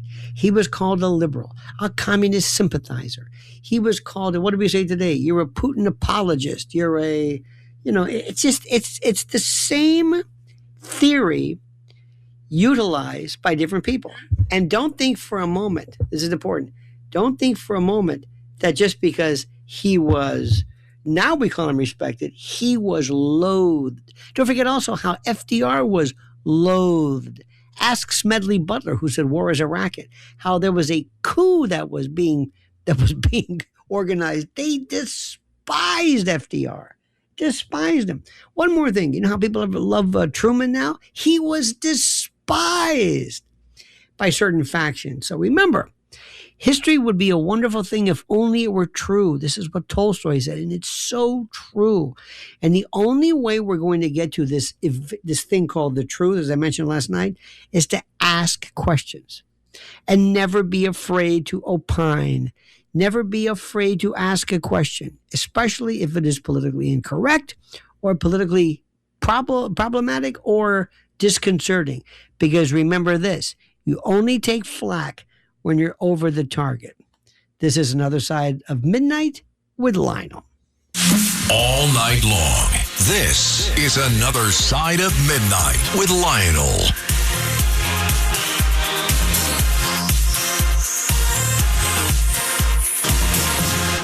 The Other Side of Midnight with Lionel. Entertaining and informative. On the Red Apple Podcast Network.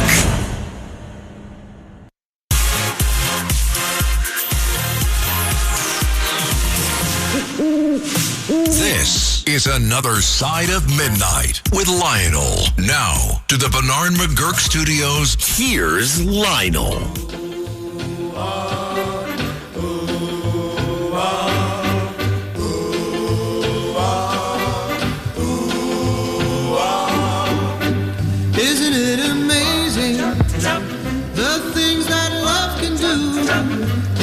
Oh, absolutely.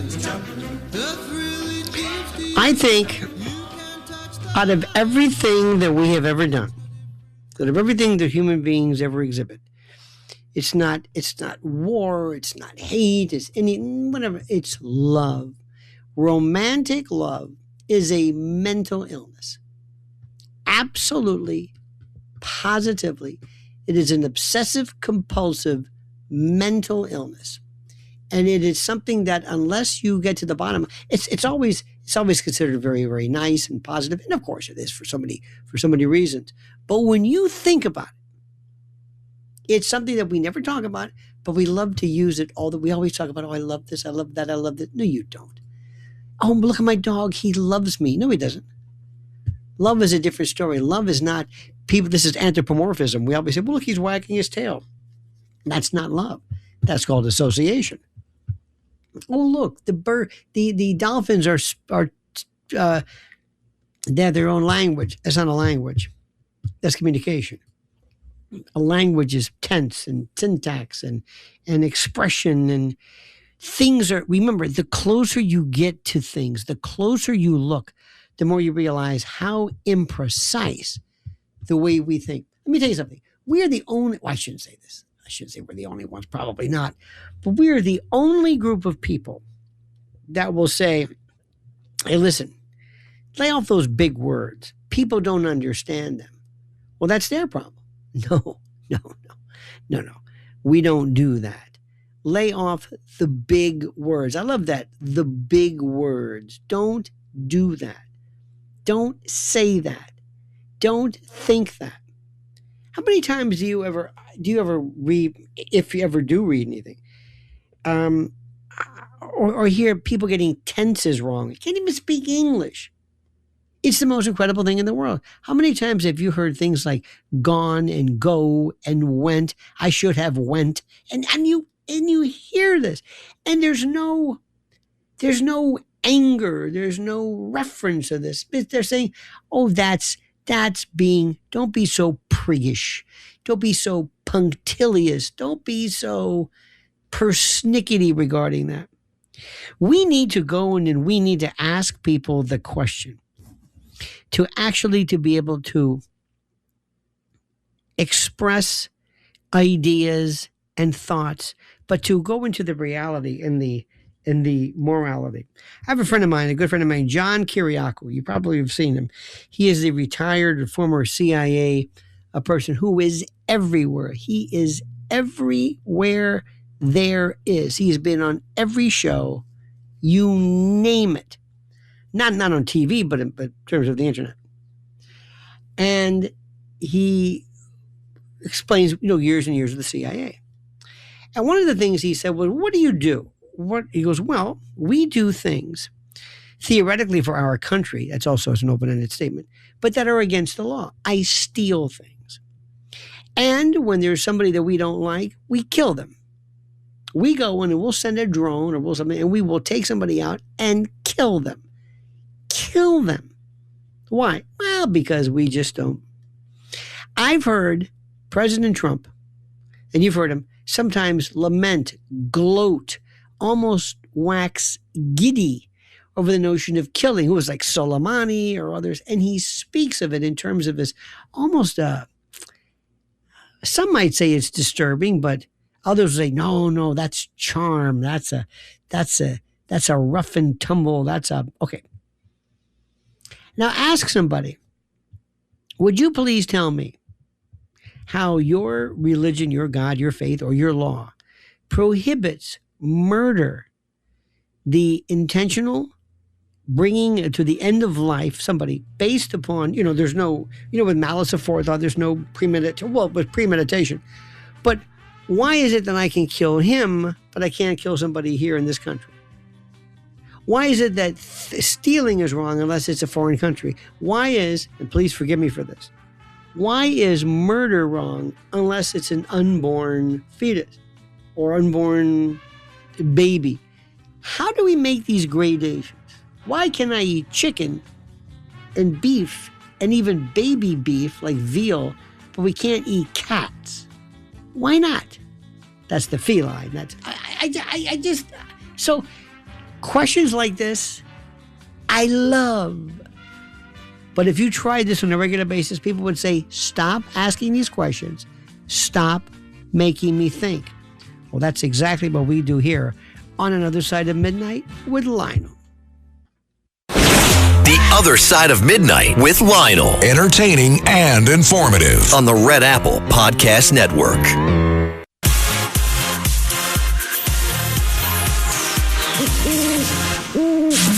It's Another Side of Midnight with Lionel. Now, to the Bernard McGurk Studios, here's Lionel.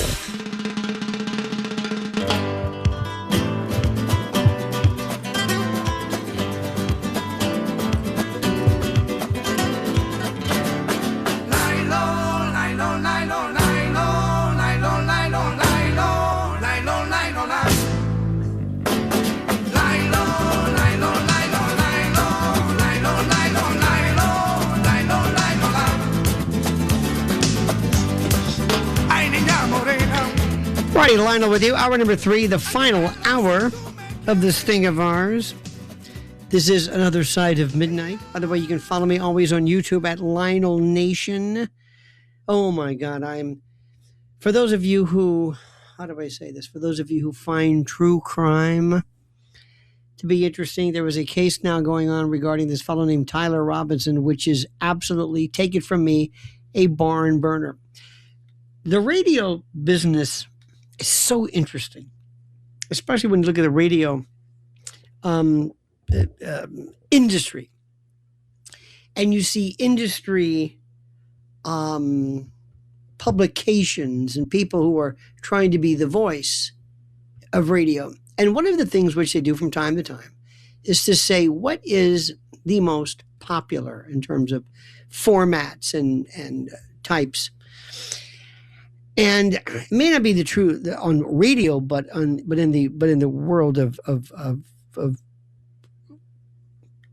streaming, it's true crime. There are crime. We have Comic-Con. There are crime conventions. People love the idea of true crime, and there's two kinds of crime. True crime. Number one is the actual whodunit, and the other one is the people who actually explain to you what's going on in terms of our due process. How are things working? How is this trial going? And the two have nothing to do with each other. For example, in the case of O.J. Simpson, everybody knew, anybody who watched, killed his wife, Anne Ron Goldman. There's absolutely, positively, 100%, no doubt about it. And anybody who thinks there was didn't know enough about the case. However, what happened in terms of the trial is a different story.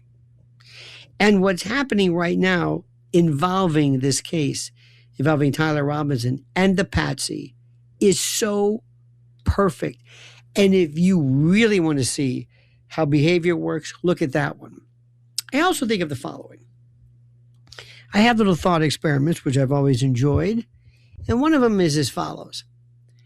A person from another planet or solar system, whatever it is, I don't care, lands. And this guy is a UFO, as people call them sometimes. A UFO, an EBE, somebody, extraterrestrial biological entity, and they land. And we always, it's like if you listen to people who talk the most about UFOs and the like, it's the most ridiculous conversation. We never really, dare I say, hate to use a pun, land on a subject.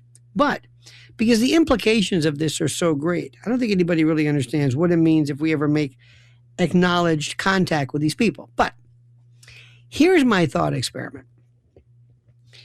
I have been enlisted by the government to drive around to be the tour guide of a critter that lands, and we are able to speak and communicate through telepathy. But I am providing an insight into human behavior. And I say to this person, let me show you some of the stuff that we as humans do. Maybe you do it as well. I don't know. I don't know your form of life. First, I would say, I'm going to take you, we're going to look at an aerial shot of this. This is the World Cup in New Jersey. This is the singular most watched event on the planet. today, the World Cup, Spain and Argentina. And if this person or entity says, well, what is that? I say, well, it's called sports. What is sports? Sports is a game. It's not real. We normally will take a particular type of skill and we will construct rules around it. And when somebody advances, they are given a point of some sort, some way of keeping track of who the winner is. And in this particular case, is taking that ball and putting it in that net. And that's it. And that's the essence of it. There's always nuance. I'm not trying to. Now, if the person says, why are people going crazy over this? I said, that's the issue. The reason why is a number of things. Number one, tradition.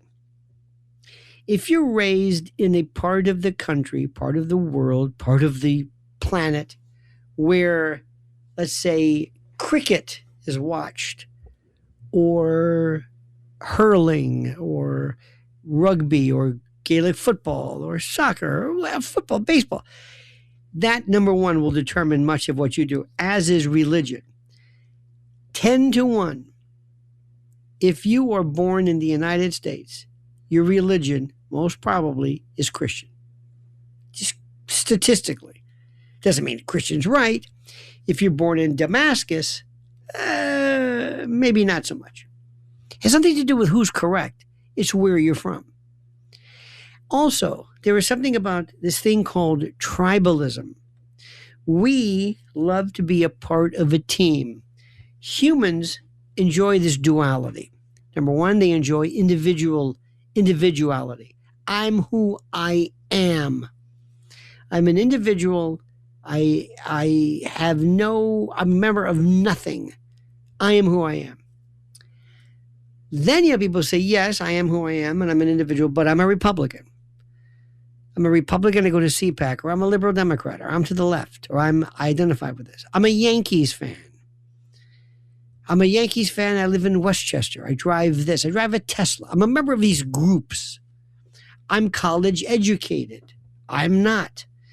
And we love to be a part of that group. And normally, we're a part of groups that we like. We're very proud of them. Very rarely do we say, by the way, I'm a member of a very large and growing group. These are people who are illiterate. I'm illiterate. I'm also in a group of phobics. I have weird phobias about pigeons.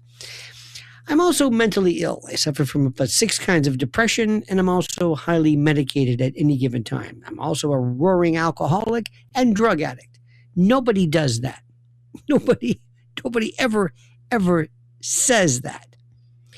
But we love to be a part of this, and I'm going to wear my shirt to show my team spirit, and I'm going to leave my world. This is back to the World Cup. And I'm going to go and weather the traffic or whatever, and I'm going to sit among all these people, and I'm going to feel myself connected to a behavior where I am almost like a part of a circuit board. I am a part of a group of people who are collectively involved in this organic function called sports, or whatever you want to call it. I don't even know the name of it. But I am going to now jump and yell and scream with my friends because we won our side. It is tribalism. And I ask myself, do you, Mr. or Mrs. whatever critter, UFO, whatever, do you, or ET I should say, do you have this? No. We gave up sports years ago. That's counterproductive. It's just fun, but it serves no purpose. Oh, okay, that's interesting. And by the way, I would say, Mr. Critter, yes, do you have pornography? What? Do you have pornography? Usually kind of a male thing in which human sexual behavior is depicted. And the person looks at you and says, well, why would you do that? Well, because this is arousing to us. Seeing somebody else do this? Yes. And by the way, some people who are less visual, they will read about things. You people are strange. Yes, I do know that. Then we'll also do things to change our reality. We'll take drugs and alcohol and a variety of different things in order to change. This is who we are. And then I would take the person to a church or to a mosque or to a synagogue. I would take them to walking anywhere in the streets of Manhattan. These are tarot card readers. These are spiritualists. Are you someone who actually believes in astrology? Oh, this is one of the things which I want. And please, I am not going to mock you. I'm not going to call you daft. I want to know why. Do you believe in the paranormal?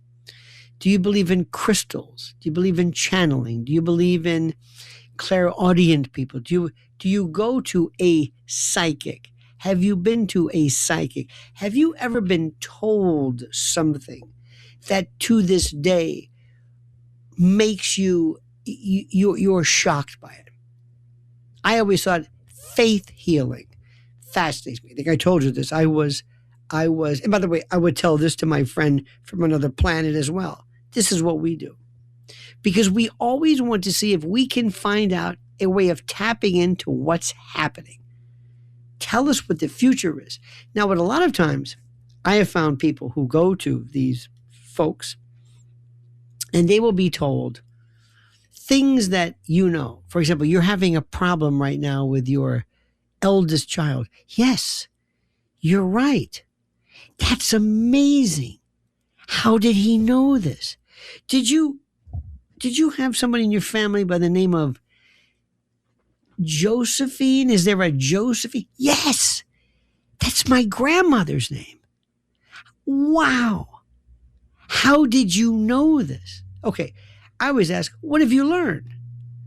You knew your grandmother's name was Josephine. You know that you have a problem with your eldest daughter. What are you learning? People think that somehow this is a connection into something because somebody told you something that you already knew. And in many respects, that will suffice. How does that work? Tell me how I win the lottery. Tell me how I win the election. Tell me something that's going to happen in the future. Don't tell me something that's happening right now. So here's my question to you. Going back to my theory again, I thought about what I would tell somebody from the planet. Do you believe in what we call the paranormal? Do you believe that the extant world, that the world that we live in, that what we see is nothing but a cursory, kind of a first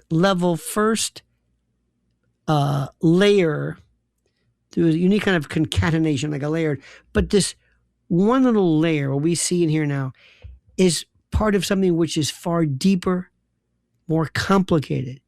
Do you believe that when you were born, not that you were born, and to a certain extent where you were born, but the time of your birth is connected by a series of control mechanisms based upon planets and stars that will control and affect your fate, your future, your success, your failures, merely for no other reason. Something to do with your worth.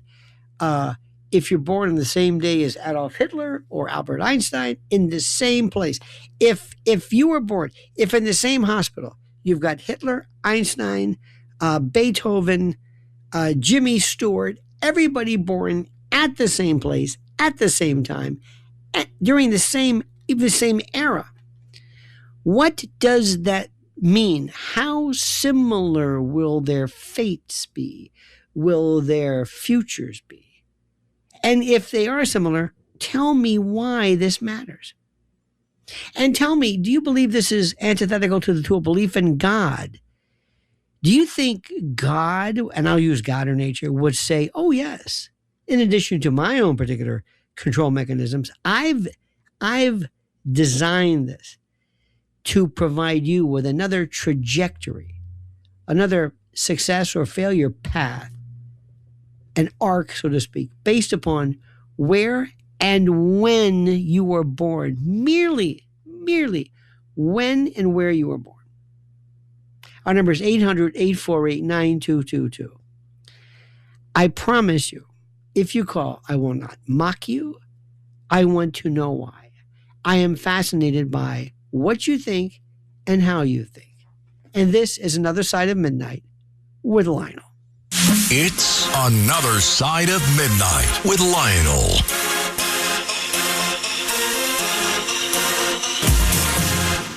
This The Other Side of Midnight with Lionel. Entertaining and informative. On the Red Apple Podcast Network.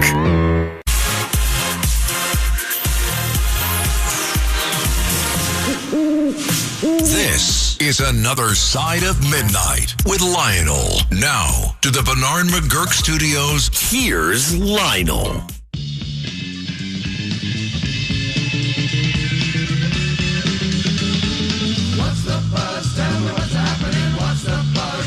Oh, yes.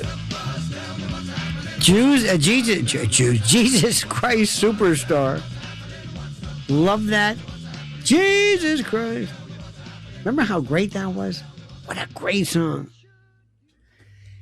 My friends, I love the idea. You have no, my friends think I don't believe in this. I love the idea of you coming up with something that you believe in. How many times have you ever thought of the notion of deja vu? Then, of course, I just said that. Bill Lee will, of course, get deja vu.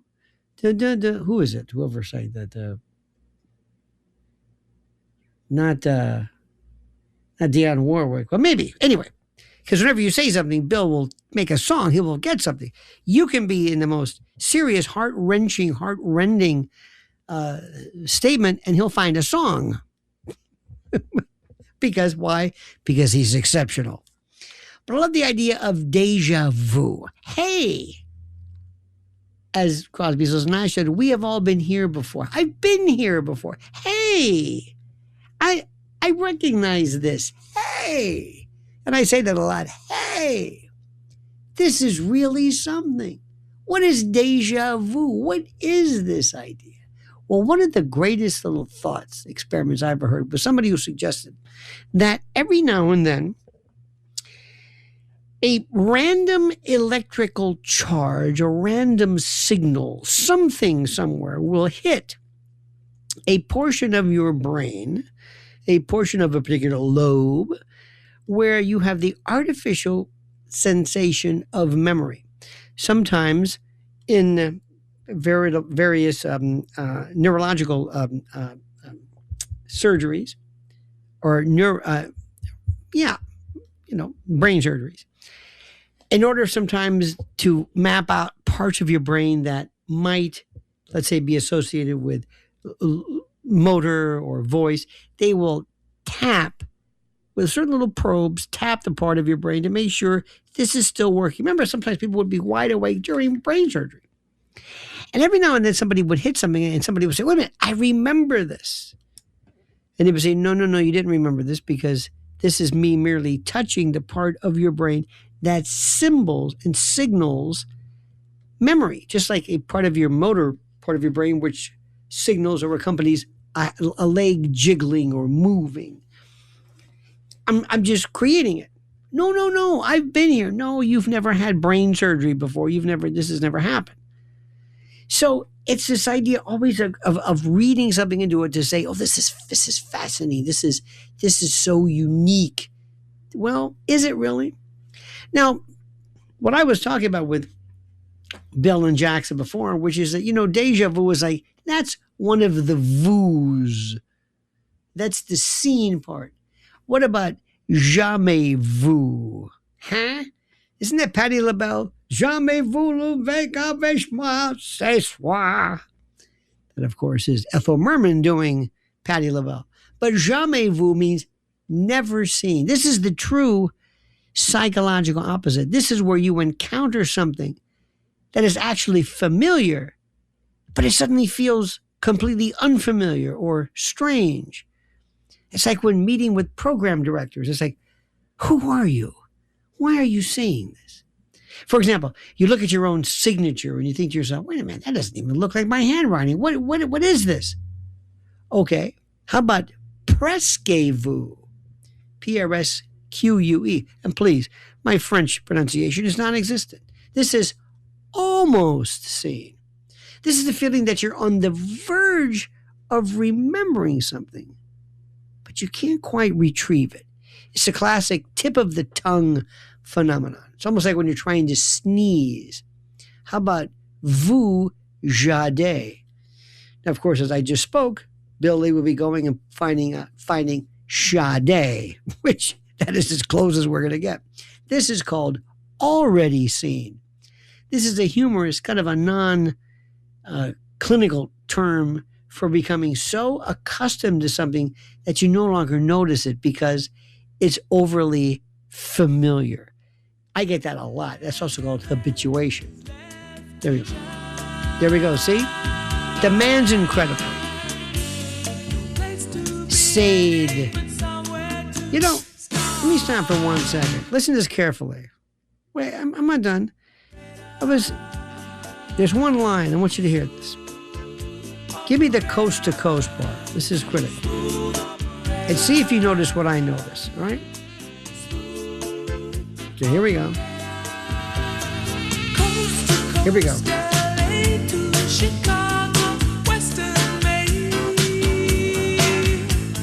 Coast to coast, LA to Chicago. You see a problem with that? Geographically? Coast to coast, not LA to New York or LA to Atlantic City. No, LA to Chicago. It's Midwest. I don't understand that. You think, Shade or Sade knows what she's saying? Probably not.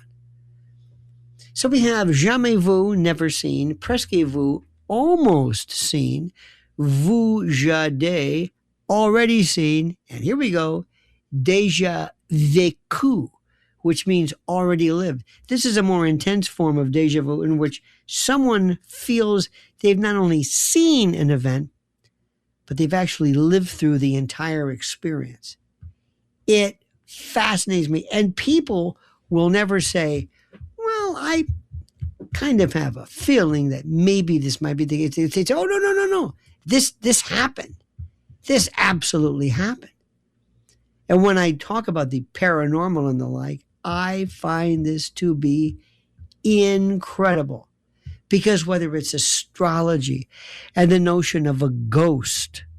Now, if somebody says, do you believe in a ghost? Well, again, as you can see, I'm rather reluctant to say I believe in something because that means I know something. But I know too many people who have all said kind of the same thing. And maybe it's the same simultaneous form of or identical brain activity that gives you the impression that you're seeing something. I don't know. UFOs. We've talked about that. We have some of the most ridiculous, childish reference to UFOs. Have you ever heard UFO shows on the internet? They say nothing. The illusion is that you're learning something. The illusion is that you're very serious about it. Nobody is. Let me ask you something, and this is what Bill might know. How about the notion of a curse? Are the Kennedys cursed? There was something recently where there was a story I heard where somebody, they were working someplace, and if I recall correctly, somebody from a fellow coworker, this woman was pregnant.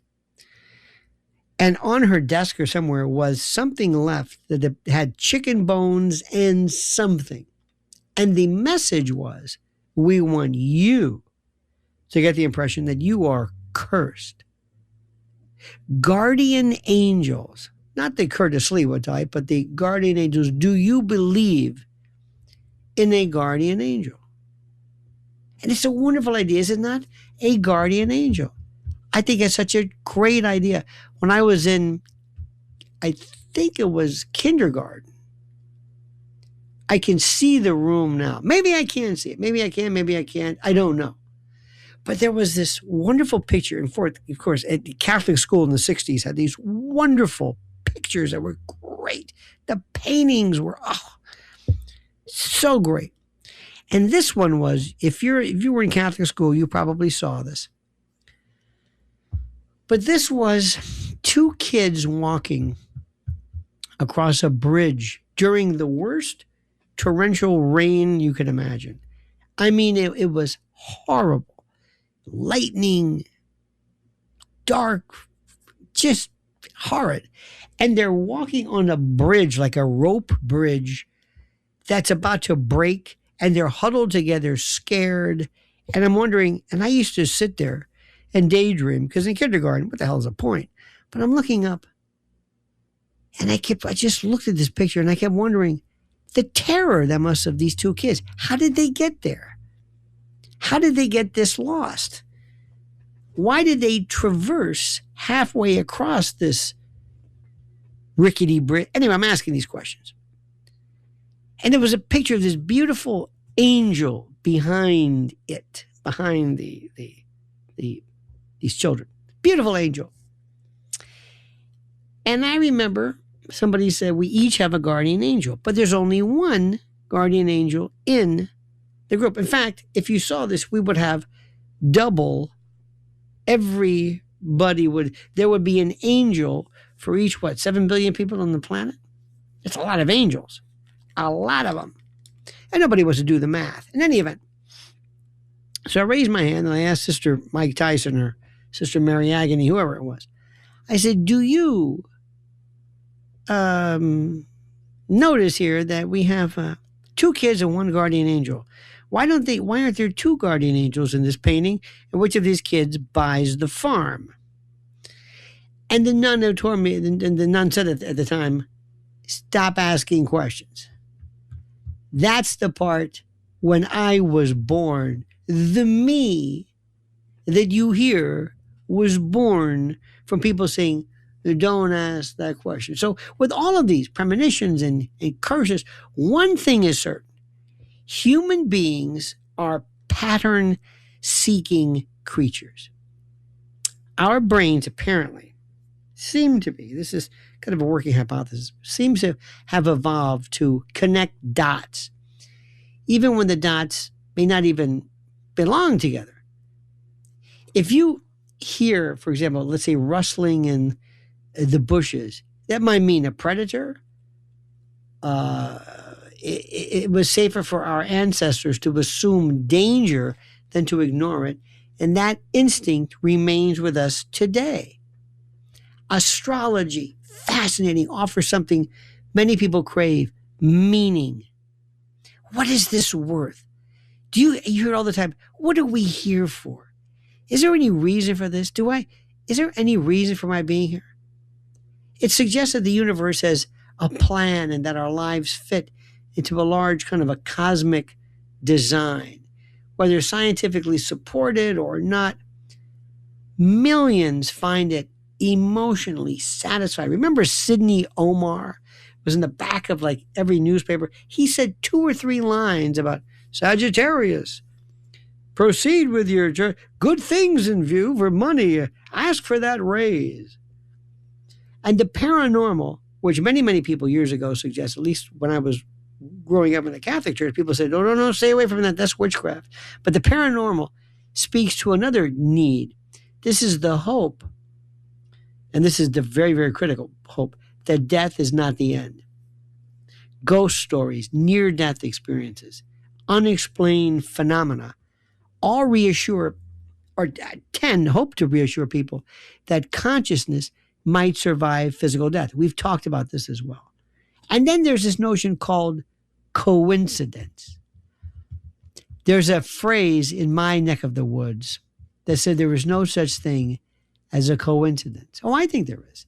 There's simultaneous synchronicity. Some things kind of just come about. But there's this idea that we remember the astonishing hits and forget the countless misses. You see, psychologists call this confirmation bias. But critics of, skepticism also ask an important question. What if some experiences genuinely resist conventional explanation? What if we just can't understand things? And does everything have a meaning? And science, which, by the way, science from the Latin sciens, meaning knowledge, science has explained, countless mysteries that once seemed kind of supernatural. But yet science itself advances, in essence, by investigating anomalies. So this is the question I've always asked people. Have you ever experienced something that was really serious that you can't still explain? And why are intelligent, educated people often drawn to astrology or psychic readings? And is belief in this thing called paranormal evidence of irrationality or simply intellectual openness? Or is this what sentient people do? And why do humans seem hardwired to find meaning and patterns in random events? What if we met people from other planets and star systems who were theoretically our intellectual superior, and none of them believed in that? None of them believed in it. Let's go to the phones right now at 800-848-9222. Barry in New Jersey, you're on Another Side of Midnight with Lionel. Good morning, Lionel. How are you? Good morning, my friend. How are you? I'm doing great. I love your show today, and as I do most of your shows, but excellent. I'm a little bit surprised that we're not getting more discussion on the major issue in our country, which is voter fraud and the necessary ID to have this taken care of. Now, you're saying surprised. For this, you're saying for a show called Another Side of Midnight, you're saying this would be the perfect venue to discuss voter ID, or you mean just in general? No, the issue in our country that we are not dealing with voter fraud to whatever aspect it is, whether it's minor, major, but it needs to be taken care of once But and one for of the all. reasons, by the way, just one of the reasons why there's a lot of subjects politically that I'm not discussing by virtue of the tenor and the subject matter here. We're not talking about a lot of things. And voter fraud does not necessarily go with the theme of the more, shall I say, lofty. But anyway, proceed. It's an extremely critical issue. And why it's an issue at all, well, to me, the beggars reason the I'm question. saying it's a critical issue is when I discuss it with people who don't agree with me, for instance. And people, for instance, we watched the president's speech a few days ago, and the fact that he mentioned that we had previous issues with voter fraud, that is something that he needs to take care of and the government needs to take care of. I'm talking about moving forward to an election coming in a couple of months, an election coming in a couple of years. Why aren't we having a law where people cannot vote unless they have proper identification, proper documents, and a ruling that will prevent voter fraud? I don't want to have my vote canceled by someone that's voting illegally. That's Now, my let privilege me as ask an you, American citizen. why do you think that is, Barry? Why? Well, I'll tell you why. Because one side doesn't want voter ID and major changes, where the other side does. And we the know one why. side, and you mean the Democrats don't want there to be ways or means of ensuring correct voting. Why do you think that is? What is their end game? Well, obviously, the only reason they do that is because they want some votes done illegally to give them some kind of gain, possibility of gain and possibility of winning election. And that is absolutely ridiculous. That's What if the ridiculous. reason? And what about people to do that? Well, what about the reason, in addition to that, is number one, they want there to be a catastrophe and the like, or what you're talking about, which is many people have suggested, and it's called the replacement theory, where the Democrats believe their goal ultimately is to get rid of the filibuster, to make D.C. the 51st state, to be a permanent dare I say, Democratic majority, and that this is precisely why they're doing it. And Barry, whatever happened to all of the illegals who came in? Remember when they had these jets that were flying into Teterboro, and they were whatever happened to those people? Where are they now? I don't understand this. What happened to them? Well, that's a very good question. But the bottom line is they definitely do not have a right to vote. They don't have a right to vote. That's another issue that we have to deal with, and that could be dealt with. But it's two different issues. The fact that there's today a possibility for having voter fraud where people don't have voter IDs, don't have proof of citizenship to vote, and the issue of paper ballots, and the fact that I personally think that personal voting at voting sessions in your town should be mandatory, and the only way that you have paper votes is that if you are ill or if you are in the military or certain things that enable you to vote, that's fine. We can deal with that. But the majority should be done legally. I don't want my vote to be canceled by someone that votes illegally to cancel my vote. That's my right as an American citizen. Barry, a most lucid thought, my friend. I'm so glad that you shared that with us. I please hope you enjoy continued health. You sound hale and in fighting trim, and it's so great to hear you, good sir.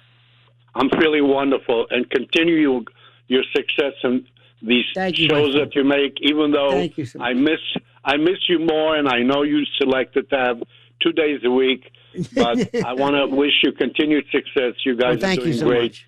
Thank you, my friend. Thank you so much. I appreciate that immensely. Thank you. I've known that gentleman for so many years. I'm proud to say he's just a wonderful man. But it goes to show you, this is one of those things which, frankly, nobody really wants to discuss. There was a fellow named Tucker Carlson, and he is under a lot of fire right now, only when he says things that are correct. And a while back, he gave this idea of there is a movement called the replacement doctrine, the replacement theory. And what it did was, it was a notion that said, by design, there were people like Democrats and the like who believed apparently that all of those things, those ideas, which we kind of hold true and make sense, the notion of being able to prove citizenship, to show some type of eligibility to vote, some people did not particularly care for that. You know, it's funny, do you remember a while back, during the snowstorm or snow periods, Mayor Mom Donnie, remember I said mom is in mom and dad, Donnie is in Donnie Osmond. Mayor Mom Donnie said, shoveling, remember that? Well, that's great. And they said, show up and you can shovel snow and we'll pay you X amount. I don't know if the money was ever received or who knows. Well, what happened was when people showed up to shovel snow, they had to have some kind of an ID. They needed verification of identity. And I thought to myself, isn't this something? To shovel snow, I need more of a proof of belonging to do arduous physical labor, which we need, but voting, no problem. Now, if you sat down and said, Mayor or Democrats, answer this question for me. What's really behind this? What's really behind this? Do you really think that people who are here, who are present, absolutely deserve or should not be able to explain any justification for this? Do you think that everybody is eligible to enjoy the franchise? Why do we have age requirements?